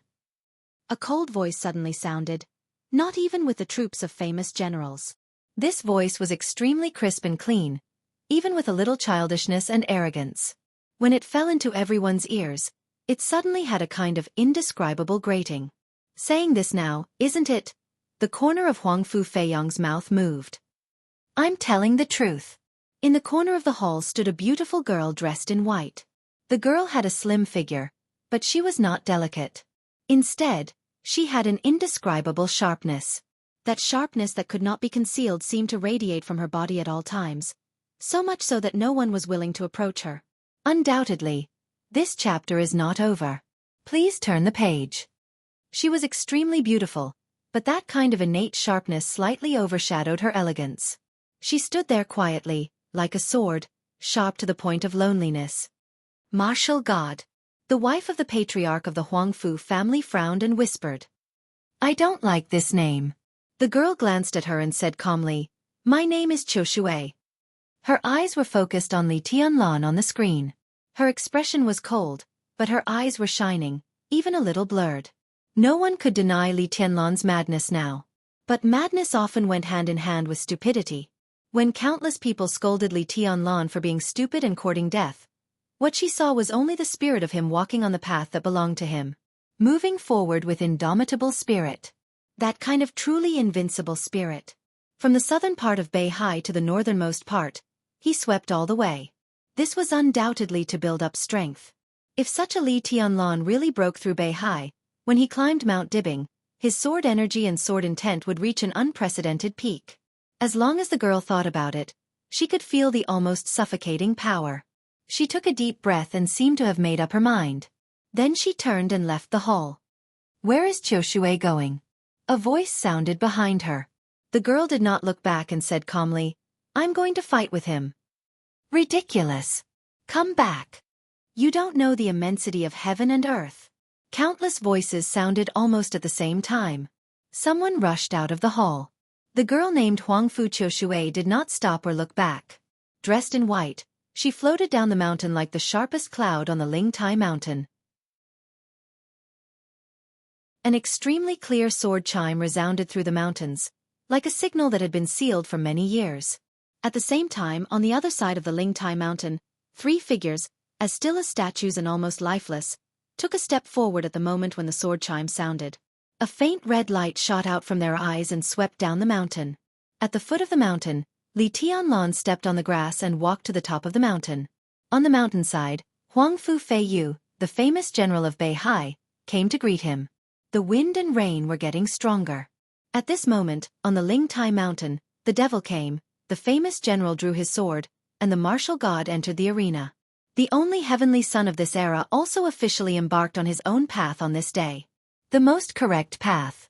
Until many years later, when people looked back and studied Dong Huang's track with a pious attitude that was almost worshipping, they found that after the end of the chaos in Eastern Europe and the countless signs about the new era, the moment when the gate of the new era was really opened was not when the eternal sword light in Eastern Europe was extinguished, but at this moment, when the young Dong Huang had just stepped onto the Lingtai mountain. That was the clearest, the footsteps of the new era. End of this chapter. Bookmark for easy reading.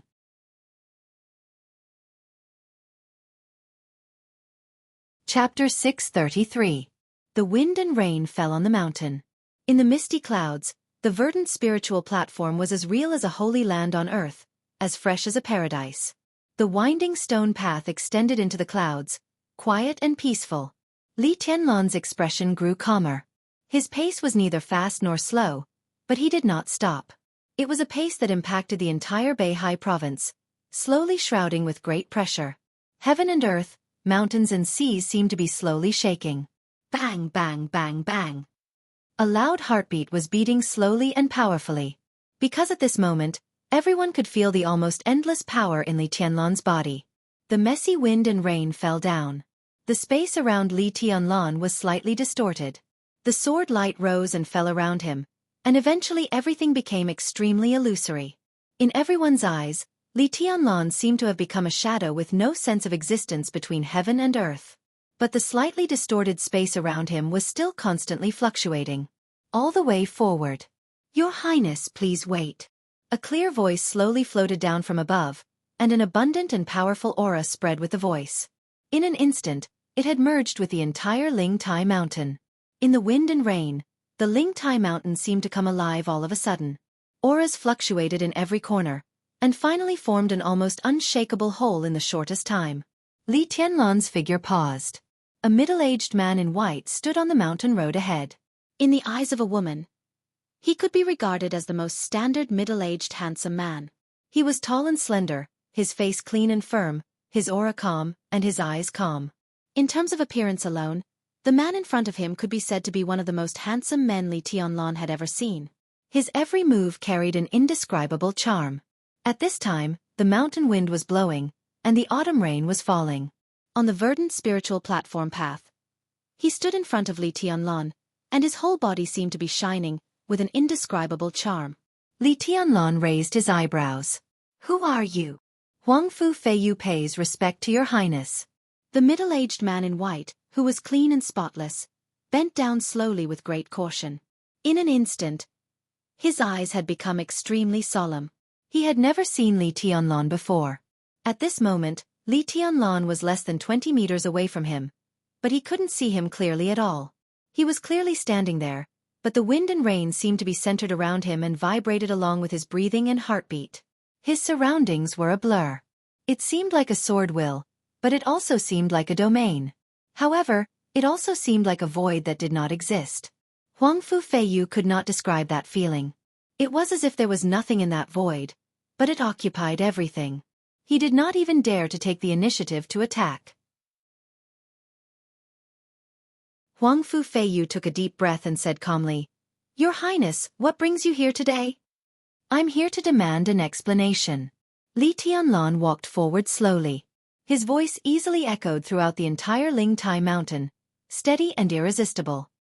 "I've always wanted to come to Beihai to have a look.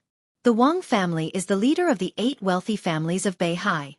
Autumn Water Huang Fu produced many famous generals. The Chen clan of Sky Piercing stood as still as a mountain. The Azure Tide Jiang clan was loyal, brave, and fearless. The Empress of the Xia clan was as wild as thunder. The Glazed Yi family is resourceful and full of schemes, while the Floating Island Tang family is as wealthy as a nation." Li Tianlan suddenly paused and asked, "Who is the last one?" "The Wu clan of Xiangzhou approaches the world." Huang Fu Feiyu's voice was calm. Li Tianlan nodded. "The Wu clan is down and out, but it's still a wealthy family. This is your Beihai. Now I want an explanation from Beihai. Shouldn't I come to you?" "What explanation do you want, Your Highness?" Huang Fu Feiyu's voice gradually condensed. The sword intent in the clouds in the mountains slowly flowed, almost turning into a substance. "I want to ask why. The chaos in Eastern Europe is the golden age of Zhongzhou state. When the golden age comes, why should my woman lie in the hospital and become a vegetable? Why should my martial uncle's foundation be completely destroyed and become a useless person? Why can the Devil Troop and the Beihai Corps attack the Snowdance Corps unscrupulously? Why can the Wang family of Beihai still own the entire Beihai province after doing so many things that they shouldn't have done? You target me, the Li family, and the people around me, but no one gives me an explanation. If Zhongzhou state doesn't give it, why can't I come here myself to ask for an explanation?" The space around Li Tianlan was moving. In the blurry nothingness, Huang Fu Feiyu could be sure that it was neither the domain nor the sword energy, but the irresistible majesty and danger were becoming clearer and clearer. Huang Fu Feiyu was expressionless and said coldly, "Your Highness, are you sure you want to be the enemy of the Huang Fu family?" "I just want an explanation." Li Tianlan's calm voice seemed to contain a clap of thunder, which was extremely sharp. Huang Fu Feiyu suddenly shook his sleeves and said coldly, "The Huang Fu family can't give you the explanation you want." A quaint long sword appeared in his hand. The long sword was unsheathed. In the messy wind and rain, the bright sword edge shone with clear light. Huang Fu Feiyu's voice was indifferent and condescending. "Your Highness, please go down the mountain." The mountain wind whistled. The wild sword intent instantly spread all over the mountains and fields. One after another, the sword intent flew out from every corner of the Lingtai mountain, converged with each other, and constantly merged. Huang Fu Feiyu slowly raised his arm. The sword energy all over the mountains and fields seemed to have found a direction and began to madly gather toward Huang Fu Feiyu. "You're going to do it." Li Tianlan stopped where he was. At this moment, he was less than 100 meters away from Huang Fu Feiyu. Countless strands of sword energy gathered on Huang Fu Feiyu and spread out from his blade, almost enveloping Li Tianlan completely. Li Tianlan raised his eyebrows. "You dare to do it?" His calm eyes became more and more profound. The bloodthirsty fierceness gradually surged out of his pupils, bringing with it madness that almost tore everything apart. "Your Highness, please go down the mountain."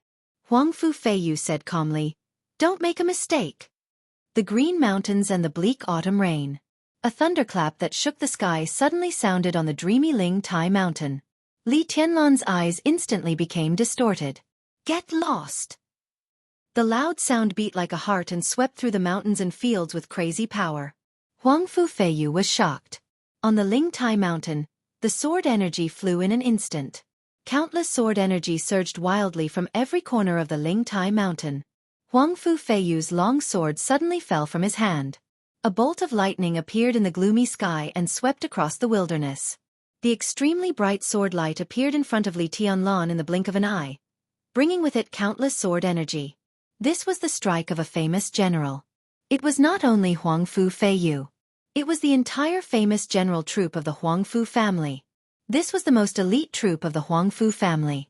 The lowest threshold was the fire-flaming realm, and there were no more than 100 of them. At this time, hundreds of people gathered on the Ling Tai Mountain. The entire Ling Tai Mountain had become an extremely magnificent sword formation, with Huang Fu Feiyu as the core. The sword left his hand was completely the combined strike of Huang Fu Feiyu and the entire famous general troop. The sword energy from all directions kept piling up, and the sharp sword light suddenly shattered the space. In terms of power alone, this strike had firmly entered the invincible realm. Huang Fu Feiyu was looking at this sword light. The famous general troop was looking at this sword light. In the Lingxi Pavilion, all the people of the Huang Fu family were looking at this sword light. This extremely powerful sword light flew like lightning, and Li Tianlan seemed to have no time to react. But before the pleasant surprise could rise, everyone's expression became completely stiff. The sword light with the power of the invincible realm appeared in front of Li Tianlan, and then suddenly stopped in front of him. The space around him, which was close to nothingness, was twisting and turning slightly. Countless sword energy was completely shattered in that space. Huang Fu Feiyu's ancient sword stopped in front of Li Tianlan, but the sword energy of the sword was dissipating rapidly, and its power was plummeting. At this moment, Huang Fu Feiyu still could not sense what was going on in the space around Li Tianlan. It was definitely not a space formed by sword energy, nor was it a domain. Vaguely, Li Tianlan seemed to be surrounded by. It was a sword formation. A single-person formation. Li Tianlan raised his palm and laughed. A famous general? His voice was flat, but it was filled with unbearable contempt. Ding! With a clear sound, he flicked his finger on the edge of the ancient sword. The entire Ling Tai Mountain suddenly shook. Under everyone's gaze, the edge of the ancient sword was completely shattered by Li Tianlan's flick of his finger. Time seemed to have slowed down countless times. The broken ancient sword rolled back almost piece by piece in an extremely clear manner. The Ling Tai Mountain was in a mess. The messy wind and rain, the misty clouds, the flowers and plants in the mountains, and the flat land. As far as the eye could see, everything was completely shattered in the blink of an eye. Boom! Amidst the booming sound, the ground was sent flying, and the clouds, wind, and rain gathered in one spot. The fragments of the ancient sword fluttered in the air, stirring up gravel, grass, and trees as they traveled more than 100 meters and appeared right in front of Huang Fu Feiyu. At that moment, Huang Fu Feiyu's face was as pale as the white clothes on his body. His sword did not hurt Li Tianlan seriously. Li Tianlan fought back with a sword. His eyes were filled with disbelief as the mighty sword pressed down on him. He had thought that he would not be surprised no matter how powerful Li Tianlan was. Even if he entered the invincible realm, or even the peak of the invincible realm, he would not be surprised. But now, this sword. The fragments of the ancient sword flew among the gravel and grass. This sword was incomparably vast and incomparably small. Huang Fu Feiyu could not understand this sword at all. Because this sword, it had no realm. It was not the invincible realm, not the thunder-shocking realm, and not the fire-flaming realm. This was pure sword energy. It was upright and unstoppable. Huang Fu Feiyu closed his eyes in despair. A figure appeared in front of him. The reddish light shone over and completely enveloped Huang Fu Feiyu. The next moment, the pure sword energy madly hit the figure in front of him. The sword energy hit, but it made a violent metal roar. Blood and flesh splashed in front of Huang Fu Feiyu, but the figure standing in front of him was still stable and did not even tremble. The sword energy hit his body and rushed over, wreaking havoc on everything. The mountain road of the Ling Tai Mountain, which was nearly a kilometer long, was broken under this sword. Huang Fu Feiyu opened his eyes. All he could see was scarlet light. A bloody skeleton stood in front of him, blocking all the attacks for him. Li Tianlan tilted his head and laughed. Countless red lights spread and shrank. Li Tianlan's smile was no longer calm. It became extremely ferocious and cruel. The devil troop? He asked softly. The figure standing in front of Huang Fu Feiyu, who was almost a skeleton, did not speak. The sword light raged on his body. The flesh and blood on his face disappeared completely, and his face could no longer be seen clearly. But the red light in his eyes became more intense, exuding the smell of death and blood. You are also the explanation I want. Li Tianlan looked at him, and his voice was calm and indifferent. The devil standing next to Huang Fu Feiyu did not speak. There was no hesitation, no hesitation. His body, which was riddled with holes, began to charge directly toward Li Tianlan. Li Tianlan's figure disappeared. He seemed to take a step, but his body disappeared directly on the spot. Huang Fu Feiyu just blinked, and Li Tianlan's figure had directly appeared behind the devil. Bang! A sharp and heavy punch hit the devil's shoulder hard. In the loud roar, the demon's body shone with red light. His shoulder was directly deformed under the punch, but it did not affect his movement. When Li Tianlan punched, he turned around at the same time and kicked him with his foot. Li Tianlan did not dodge at all. He strode forward. The devil's foot directly kicked into the almost empty space beside him, and the majestic power shook slightly. The space was twisted for a moment, but the devil's body seemed to be hit by something and lost balance for a moment. In the next second, Li Tianlan kicked his heavy body away. The devil's body hit the ground hard, and he stood up shaking. The red light in his eyes became more intense, but he did not move for a while. Li Tianlan raised his eyebrows. He could not judge whether the monster in front of him had real intelligence or not. But in the face of this kind of monster that was neither dead nor alive, his endless anger seemed to have no direction to vent. He thought of Dongqing Rushi, Tribulation, the Snowdance Corps, and the Master of Samsara Palace. Countless images flashed through his mind. Li Tianlan's eyes became colder and colder. He slowly stretched out his hand and plucked something from the space in front of him. That space was clearly a void, but as his finger touched it, the entire Ling Tai mountain emitted a clear sword chime. Huang Fu Feiyu's body tensed up, because he suddenly thought of the sword that was rumored to have killed the Sword Emperor in Eastern Europe. Was Shenyuan Feng in Li Tianlan's hands? A gorgeous and warm light bloomed in Li Tianlan's hands. Countless rays of light formed the light and shadow of a sword in his hand. It was like the color of the setting sun, gentle and gorgeous. Li Tianlan held it in his hand, like a ray of light. This was not the rumored Shenyuan Feng. It was a sword that Huang Fu Feiyu had never heard of. The slender sword was surrounded by light. Li Tianlan held the sword tightly, looked at the motionless devil in front of him, and said lightly, "Go on." The devil did not hesitate. He roared and rushed over directly. His figure leaped into the air, with an unparalleled sense of oppression. The ray of light in Li Tianlan's hand flew out. The slender sword, with a warm color, cut through the wind and rain, and cut open the devil's body almost without any hindrance. The devil's body was directly cut into two halves. His lower body fell to the ground, but his upper body had already appeared in front of Li Tianlan. Smack! With a dull sound, he grasped Li Tianlan's arm tightly with both hands. The wisp of heavenly light flew out and circled around Li Tianlan, finally hiding in the space around him. The scarlet light in the devil's eyes suddenly became violent. Li Tianlan looked at all this, and there was only calmness in his eyes. "Self-destruction, let me see again," he said slowly. There was no need for him to remind him. The devil whose body was cut in half began to burn. A red flame burst out from his hands, instantly burning his arms, and then his face. This process was extremely fast, but in the eyes of Li Tianlan, who was seriously appreciating it, it was so clear. The strange red flame completely swallowed the devil's body in an instant. The devil's eyes were completely lit up under the flame. The destructive energy fluctuated violently. In an instant, an extremely quiet energy gushed out of his eyes, turning into a loud noise that shook the world. Boom! The roar echoed between heaven and earth.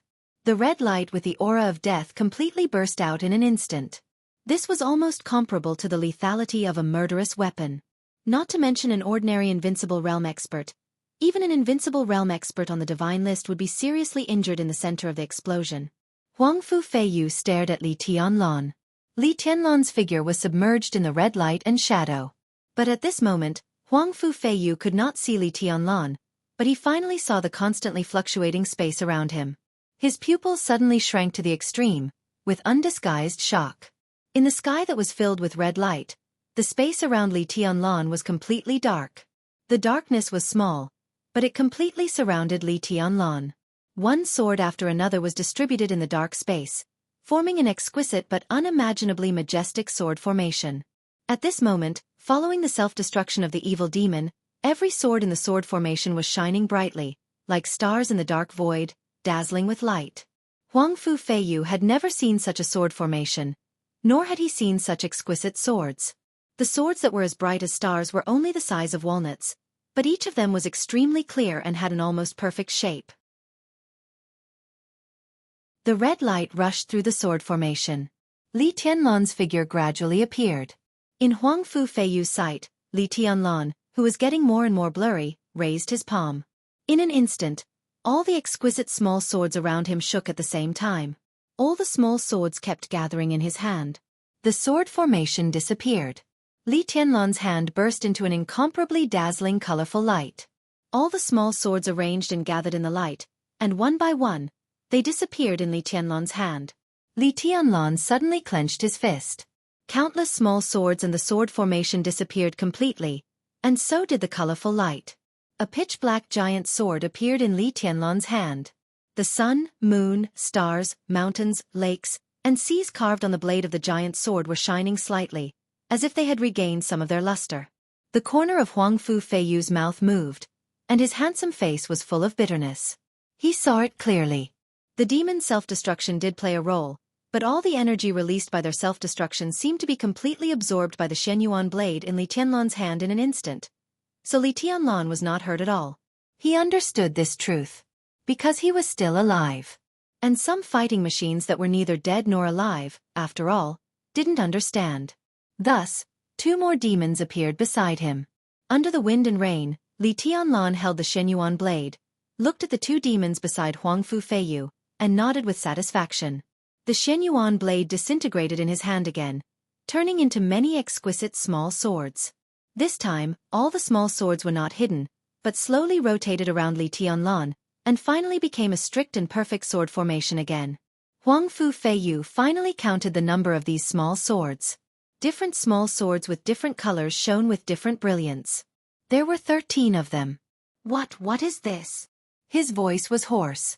Li Tianlan glanced at him and said calmly, "The 13th floor."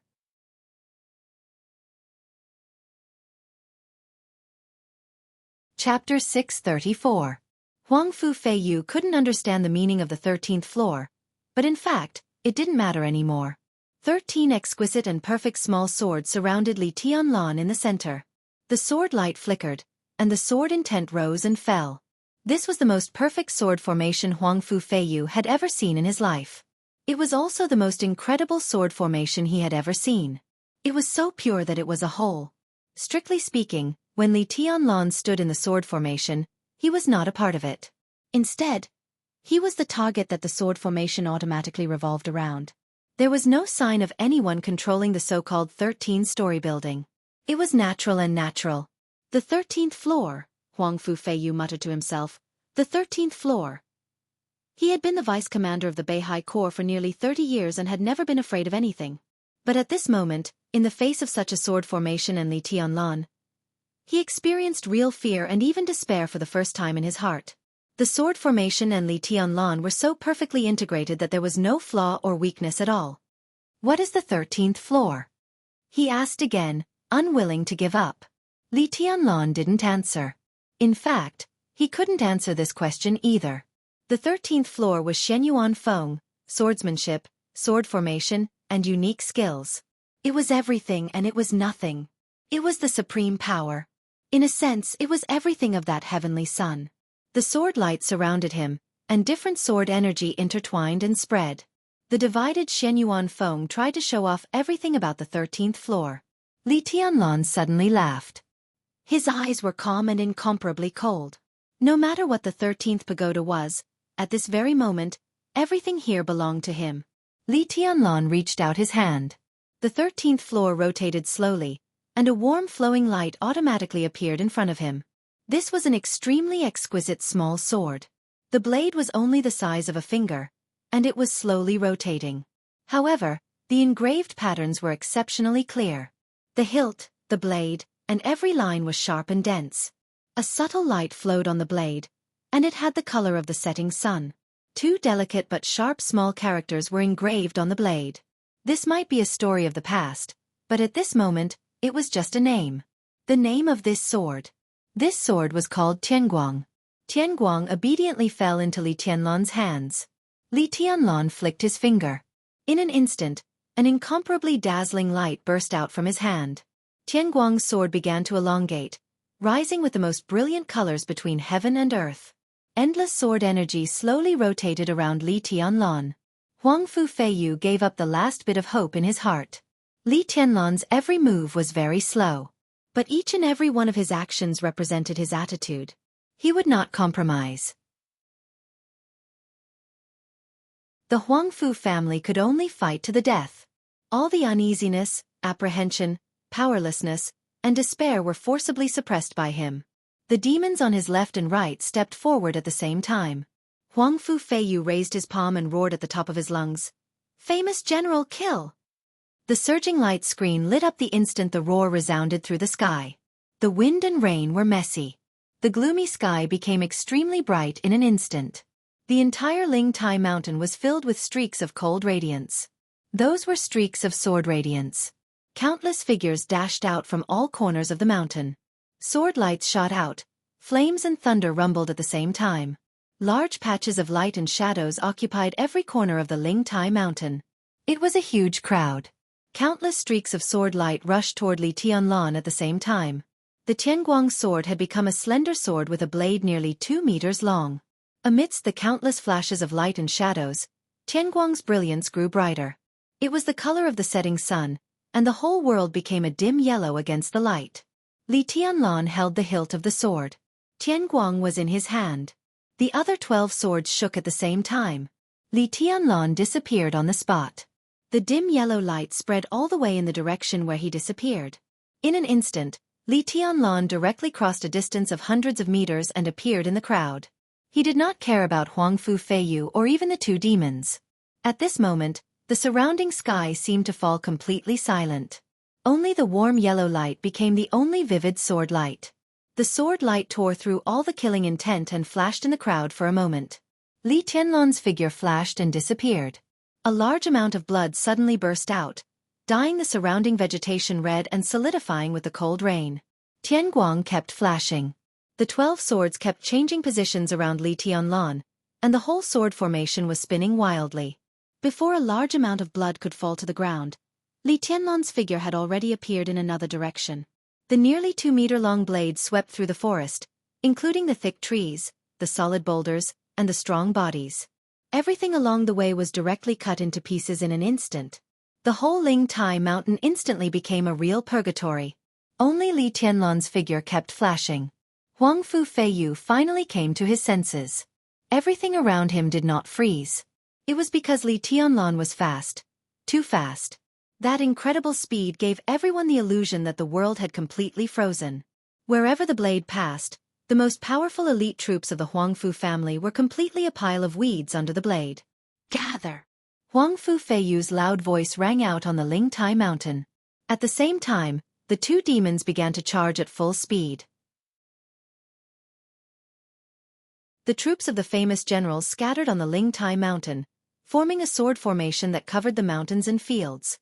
Once the sword formation moved, the soaring sword light could completely cover every corner of the Ling Tai mountain.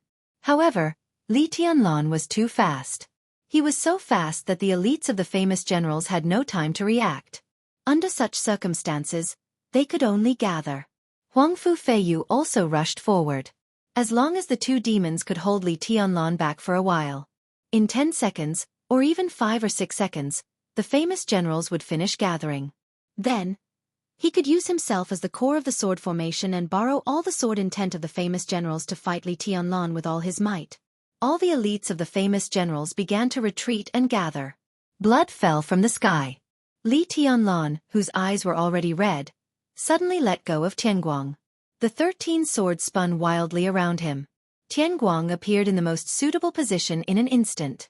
Li Tianlan's palm suddenly covered the sword formation and grabbed it hard. Crack! With a crisp sound, the 13 exquisite small swords suddenly collided with each other. Colorful light burst out around him. The huge Shenyuan blade appeared in Li Tianlan's hand again. Li Tianlan's figure appeared in the sky. All the elites of the famous generals were still retreating. The pitch-black giant sword split the space in the sky. Li Tianlan held the sword with both hands and slashed it down hard. Boom! A large piece of space exploded.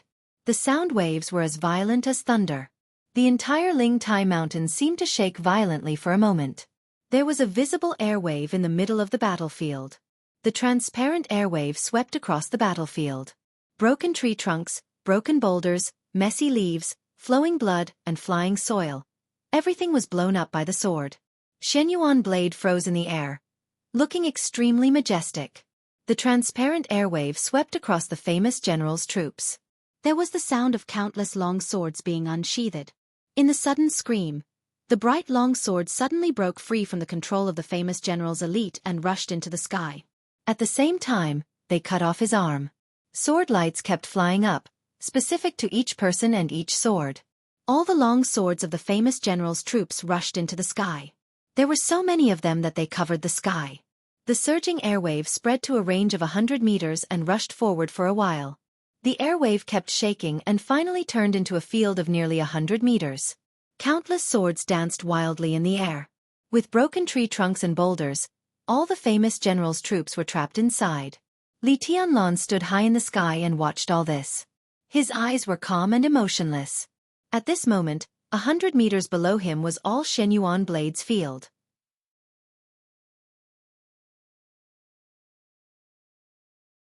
At this moment, the handsome face of the top general of Beihai was full of undisguised despair. Li Tianlan tilted his head expressionlessly. His eyes fell on the two devils. The sky halberd was dragged on the ground. He took a step forward. All the scenes were retreating crazily. With a shrill whistle, the sky halberd had directly appeared on the head of one of the devils. With irresistible force and domineering power, the pitch-black sky halberd directly smashed down. Bang! The pitch-black sky halberd directly chopped off one of the devil's arms. The black light flashed again, and the other arm flew up. Ah! In the roar that sounded like crying and laughing, Li Tianlan completely released all the negative emotions that he had suppressed in his heart. The huge sky halberd danced wildly. Every time it hit the devil, there was a lot of sparks. All the body parts flew out in the violent attack. Blood, broken bones, and the alloy metal implanted in the devil's body flew out piece by piece and were then smashed. Xianyuan Feng lit up one strong light after another, and the strong light directly enveloped the devil. Flames burned on the devil's body. The scarlet light was condensed to the limit, but under the strong light of Xianyuan Feng, it could not explode. Countless red light was absorbed by Xianyuan Feng bit by bit. The devil fell. Then the last devil. Xianyuan Feng had changed from the sky halberd to an incomparably majestic giant sword. The huge sword was slashing wildly, and the surrounding space was constantly exploding. The red light kept flowing in the demon's eyes and was absorbed by the Xianyuan sword. On the pitch-black blade, the sun, moon, stars, mountains, rivers, and seas were all shining. The dim light shone on the blade, bringing with it an indescribable demonic nature. The most deterrent of the devil troop, the self-explosion, became no threat to Xianyuan Feng. One devil after another was smashed by the blade, and the explosive power was absorbed by the blade. The whole Xianyuan Feng seemed to show signs of coming back to life. Bang! With a crisp sound, the blade smashed the skull of the last devil and fell on the ground. It was still raining on Ling Tai Mountain. The cold rain fell on Li Tianlan. The killing intent that was like wildfire cooled down little by little under the pouring of the rain. Li Tianlan turned his head slightly. In his sight was Huangfu Feiyu, whose face was pale. In the wild explosion just now, he and Li Tianlan exchanged blows. The abundant sword intent almost destroyed the defense of Huangfu Feiyu, a superior a half-step to invincible realm, and seriously injured him. But he was still alive. Li Tianlan looked at everything around him. The army of the Qiushui royal family, which produced many famous generals, was completely annihilated. All three devils died. Huangfu Feiyu was seriously injured. In this city, in this mountain, there were no more enemies for him. Li Tianlan glanced at Huangfu Feiyu, and the wild killing intent had not dissipated. His voice was a little trembling, which was the trembling of full excitement and venting. What else do you want to say? Do you know what you're doing? Huangfu Feiyu stared at Li Tianlan. From now on, the Huangfu family will fight to the death with you. The Beihai province will fight to the death with you. He struggled to stand up, and it seemed that he was going to draw his sword. Li Tianlan's figure flashed, and he appeared directly beside him. This time, he didn't use his sword. Instead, his palm fell directly on Huang Fu Feiyu's head. Boom! In the dull roar, the land nearly 20 meters around Huang Fu Feiyu shook with a loud bang. The sound of bones shattering rang out densely. Huang Fu Feiyu's eyes, ears, mouth, nostrils, and all over his body burst into a bloody mist. His body was directly pressed into the ground by Li Tianlan's palm, and he was twitching all over. Does it feel good? Li Tianlan lowered his head and looked at Huang Fu Feiyu. Why don't you also try the feeling of being a vegetable? Huang Fu Feiyu did not speak. His mouth was full of blood, and he stared at Li Tianlan with a pair of dim eyes. Li Tianlan raised his head and looked at the chaotic woods around him. In the Lingxi pavilion, on the huge screen, Li Tianlan looked over as if he was looking at every member of the Huang Fu family. Everyone in the Huang Fu family had an extremely ugly look on their faces. The hall was almost dead silent. Li Tianlan's voice came from the screen. Qiushui Huang Fu. Who else wants to stop me? Naturally, no one in the hall could respond to Li Tianlan. But in the woods, there was a cold voice. Me too.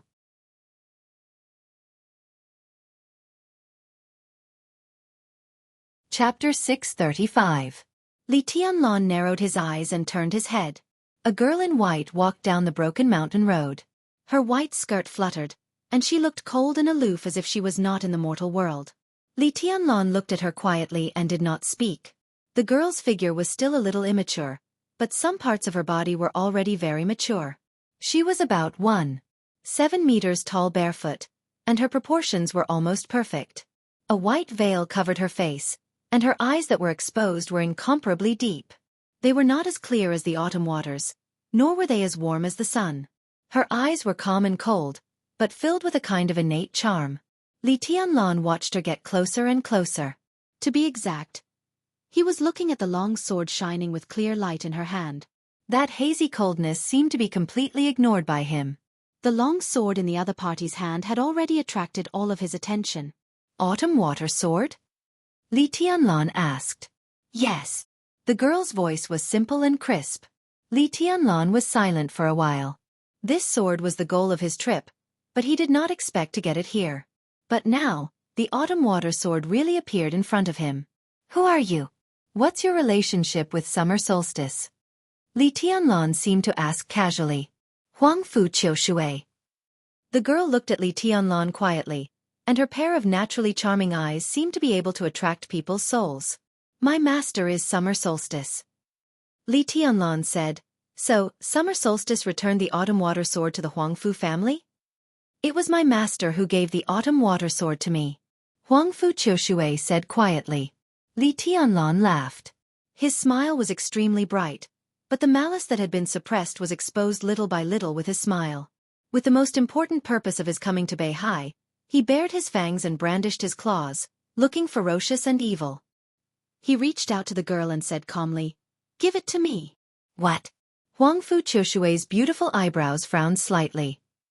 The autumn water sword is in your hands, so the Huang Fu family can now be regarded as a veritable sword-holding family. This is the belief that Beihai has been adhering to for hundreds of years, sacred and noble. I really want to know, when your sword is taken away, what will you so-called wealthy families do? Li Tianlan reached out his hand with a smile and said indifferently, I want this sword. Huang Fu Qiushui suddenly clenched the autumn water sword in her hand. Her body turned cold. The Wang family was the leader of the 8 wealthy families of North Sea. Everyone knew this sentence. However, the North Sea province had developed for hundreds of years. As a large province with tens of millions of people and occupying countless resources in the North Sea, it could be said that there were countless powerful families. Among them, there might be families that were not weaker than other wealthy families. But in the past few hundred years, there were very few families in the North Sea that could be called a wealthy family. The fundamental reason was actually very simple. In the North Sea, strength didn't mean one could be called a wealthy family. Only a sword-wielding clan could be called a powerful clan. Qiushui Huang Fu, who held Qiushui, was loyal and unswerving, and produced many famous generals. The Chen clan of sky-piercing existed for 10,000 generations. They were as steady as a boulder and as immovable as a mountain. The Azure Wave Jiang clan possessed the power to split open the heavens, and they were loyal, brave, and fearless. The empress of the Xia clan, wielding the wrath of the heavens, was invincible and wild like thunder. The Glaze Yi family, supporting Glaze, never abandoning it, and resourceful. The floating island Tang family controlled the heavens and killed people. They were rich enough to rival a country. The Wu family of Xianxia held the hero, accompanying the emperor, and approaching the country. The Wang family of Beihai held the wild tide, the royal power was supreme, and they were invincible in the world. Wild tide, autumn water, glaze, amber, glaze, glaze, and glaze. These were the 8 famous swords that had been handed down since the establishment of the Wang family of Beihai. Each sword had a story when it was established in the North Sea, which was related to each family and the entire North Sea. The 8 famous swords, to some extent, were the sacred objects of the North Sea province. They were a kind of faith, something that all the wealthy families had been holding on to. Now the wild tide had been recast into Listen to the Sea. But the other 7 swords were still held by the other 7 wealthy families. Only the sword-wielding clan could be called the wealthy families of North Sea. This was glory, faith, heritage, and faith. Each famous sword could be said to be the foundation of each family's foothold. In a sense, it was more important than anything else. More than 20 years ago, summer solstice, the young lady of the Wang family of Beihai, forcibly broke through to the invincible realm with the help of the autumn water sword of the Huangfu family. For many years, summer solstice and the Huangfu family had been close. Today, more than 20 years later, the girl named Huangfu martial god was ordered by her master to bring Qiu Shui back to the Lingtai mountain. The old cause and effect ended. A new cause and effect appeared. Li Tianlan stood in front of her and reached out his hand.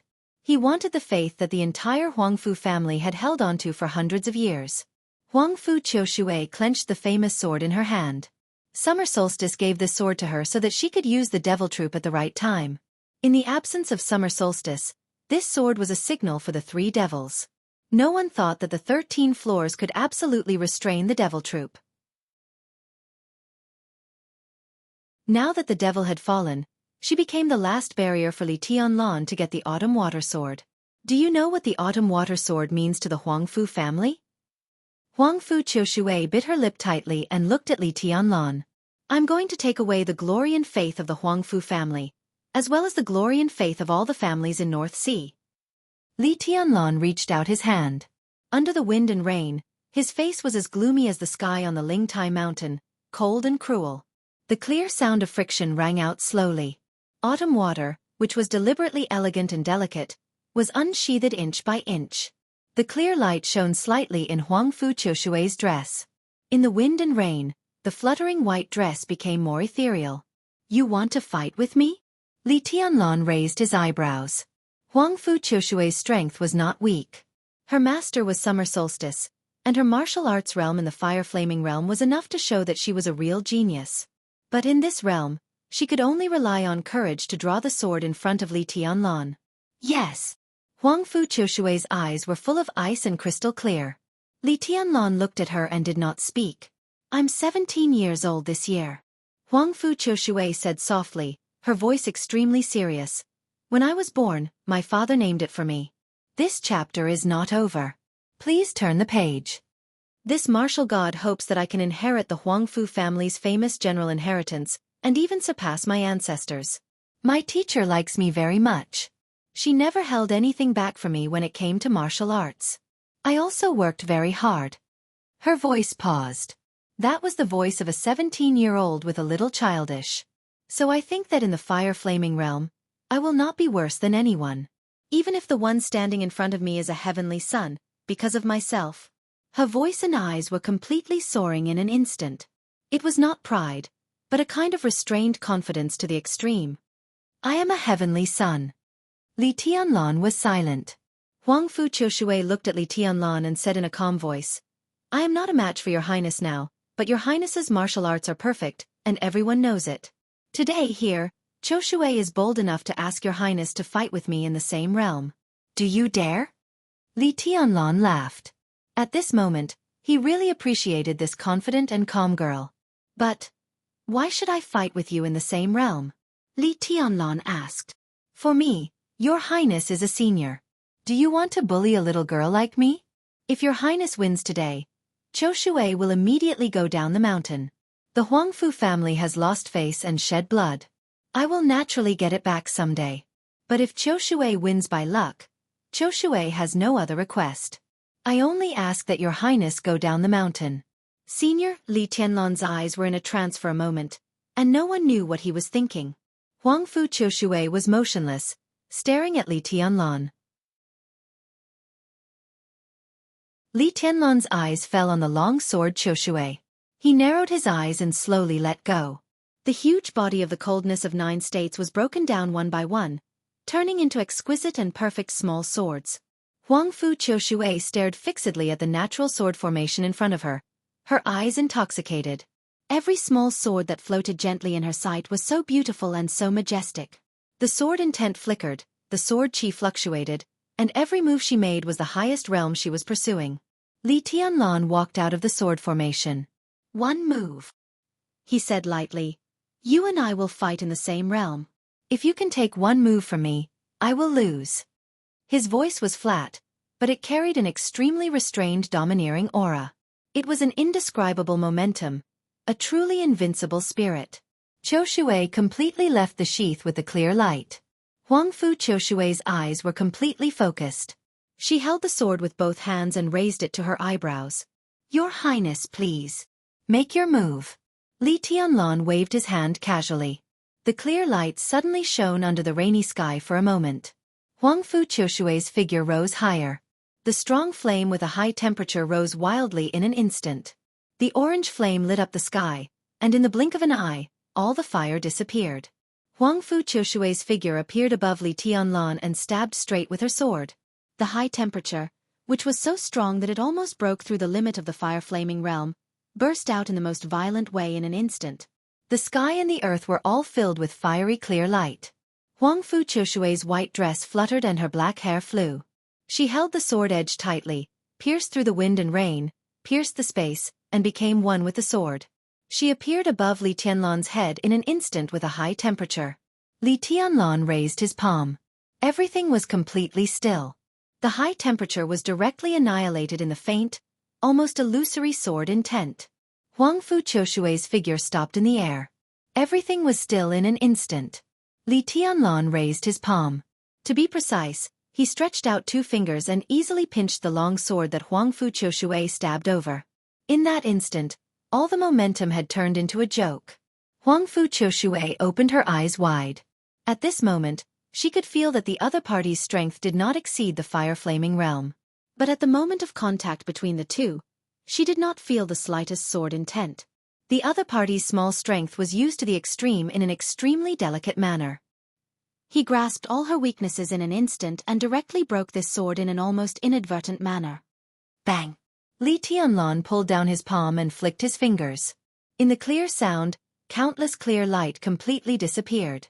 The long sword Qiu Shui flew out of his hand, and Huangfu Qiu Shui's body was pulled to the ground by Li Tianlan. She raised her head blankly and looked at Qiu Shui flying high into the sky, as if she was dreaming. The bright long sword Qiu Shui rose and then fell back into Li Tianlan's hand. Li Tianlan took the sword and flicked it casually. The sword formation of the 13-story buildings slowly surrounded his body. The long sword Qiu Shui was also hidden in the sword formation and returned to nothingness. Li Tianlan squatted down and reached out to lift Huangfu Qiu Shui's veil. Huangfu Qiu Shui opened her small mouth and did not respond at all. Li Tianlan quietly glanced at her and raised his eyebrows. This was a face so beautiful that it could no longer be described as beautiful. It could even be said to be the most aggressive face Li Tianlan had ever seen. It was not as delicate and sharp as Qin Weibai's, not as elegant and pure as Dongqing Ruxi's, and not as enchanting and quick-witted as Wang Yuetong's.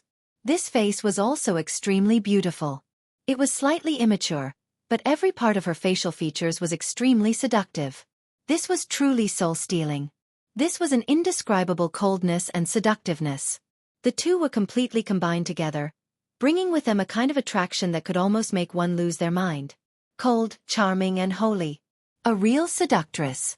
This was the first time that Dong Huang and the Zhongzhou goddess of martial arts met. After a short silence, Li Tianlan stood up and gave an evaluation that would make the martial god take to heart for a lifetime. The appearance is stunning, but the talent is just ordinary. You. Huangfu Qiushui's face was a little pale. She sat on the ground, raised her absolutely enchanting face, and subconsciously reached out her small hand. Give it back to me. Li Tianlan glanced at her. His eyes were indifferent and calm, without the slightest surprise. Qiushui is in my hands. From today on, there will be no sword-holding family in Beihai, and the Huangfu family will no longer have any so-called persistence and faith. His figure moved forward along the mountain road. The mountains were green and the water was clear. The autumn rain was continuous. No one could stop his footsteps. This was the beer of the Qiushui family. At this time, it was also his beer. Huangfu Qiushui was stunned for a while and stood up silently. Her white dress was stained with mud, and she looked a little embarrassed and pitiful. She followed behind Li Tianlan quietly, straight. This chapter is not over. Please turn the page. She stared at him with a persistent face. Give it back to me. The fiery flame surged in her hands, and she pounced on Li Tianlan. Li Tianlan did not look back. The 13-story building rotated slightly uncontrollably, and the 13 small swords vibrated at the same time. Huangfu Qiushui's body was directly swept out and fell to the ground. Her body moved, and she spat out a mouthful of blood directly. Li Tianlan appreciated everything in the beer, appreciating that everything was under his control. He crossed the mountainside and entered the top of the mountain. In front of the antique Xianxia pavilion surrounded by clouds and mist, all the important figures of the Huangfu family had walked out of the hall. Everyone stood neatly in a square formation. Most of them looked a little pale, but no one stepped back. What do you want? The wife of the patriarch of the Huangfu family looked at Li Tianlan quietly and asked. Li Tianlan was silent for a while and said, Where is Huangfu Yi? The patriarch is in Mount Dibing. Li Tianlan, let's see how long you can be arrogant. We, Huangfu Feiyang, the mayor of Qiushui City, said sternly. Li Tianlan directly interrupted him. If you talk too much you will die. Huangfu Feiyang's face suddenly turned red, but he really did not dare to say another word. He destroyed the Tang family, disabled Huangfu Feiyu, and killed all the famous generals. He was a real madman. Was there anything he did not dare to do? Can you make the decision? Li Tianlan glanced at the woman standing in front of the crowd. I'm Xiarou. The woman's voice was still calm. Huangfu Yi is my husband. Many years ago, it was because of her that summer solstice took autumn water from the Huangfu family and broke through to the invincible realm. Li Tianlan narrowed his eyes and took a deep look at her. Autumn water appeared in his hand again. He held the scabbard of autumn water as if he was holding the will and glory of the Huangfu family that had persisted for hundreds of years. The famous sword of the Huangfu family. He narrowed his eyes and looked at Xiarou. Where is it usually in the Huangfu family? Take me there. Xiarou's eyes were slightly angry. What do you want? Take me there. Li Tianlan said lightly. Xiarou stared at Li Tianlan fiercely. After a long time, she took a deep breath, nodded slowly, and turned to walk into Xianxia Pavilion. All the people of the Huangfu family followed her. Li Tianlan walked behind the crowd. Huangfu Qiushui, who was a little staggering, followed Li Tianlan. A group of people slowly walked into the ancestral hall of the Huangfu family where their ancestors were enshrined. There was a dim light in the ancestral hall. All the people of the Huangfu family in the ancestral hall looked solemn. They stood in a row and saluted at the same time. Li Tianlan looked at the large number of memorial tablets in the ancestral hall and was silent. There was no doubt that this was the most sacred place in the entire royal family. In the middle of the ancestral hall was a jade statue made of the best Hetian jade. That was a truly peerless beauty. She stood in the center of the ancestral hall, cold and ethereal, vivid and lifelike, like a fairy who didn't eat the food of the mortal world. Li Tianlan looked at the statue quietly. In one or several eras hundreds of years ago, this was the woman who stood beside the chosen one. The Consonance Hall was also named after her.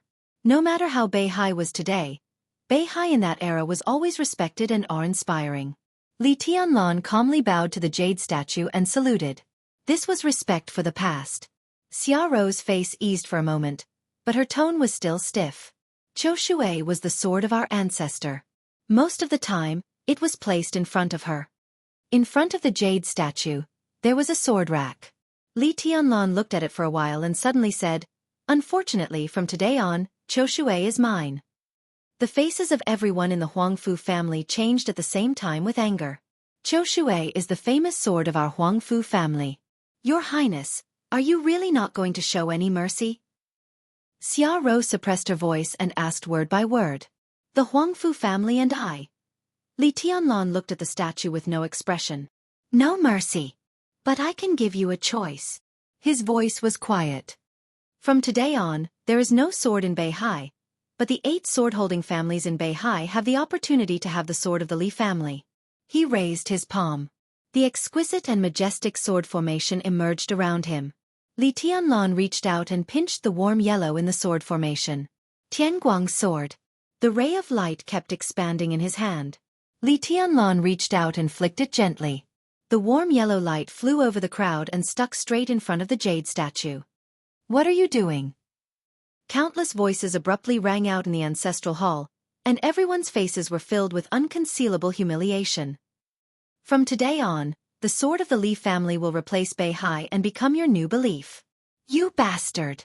Arrogant and ignorant. Do you want to humiliate us? A grumpy senior member of the Huangfu family suddenly rushed up and reached out to pull out the sword. The sword intent of the Tianguang sword flowed. In an instant, blood splattered. A bloody arm flew into the air, staining the floor red with blood. Li Tianlan watched all of this quietly. On this day, he took away the persistence and glory of the Huangfu family for hundreds of years, and stuck his sword in the Lingtai mountain. The sword-holding families lost Qiu Shui. Tianguang blocked the entire Lingtai mountain with unimaginable humiliation and power. Li Tianlan slowly looked back. You can hold the sword for the Li family in the future. He looked at the pale Huangfu Qiu Shui. If you think it through, tell it, and then bring it to Tiannan to find me. In your dreams. Huangfu Qiu Shui gritted her teeth. Take your sword away and give Qiu Shui back to me. Li Tianlan looked back at Tianguang. It will stay here. It will always stay here. Li Tianlan's voice was indifferent. When Wang Tianzong recovers one day, I will come to get it in person. End of this chapter. Bookmark for easy reading. You're tuning in to the Wisdom Diary YouTube channel. Don't forget to subscribe and join us on this journey to catch the most captivating stories.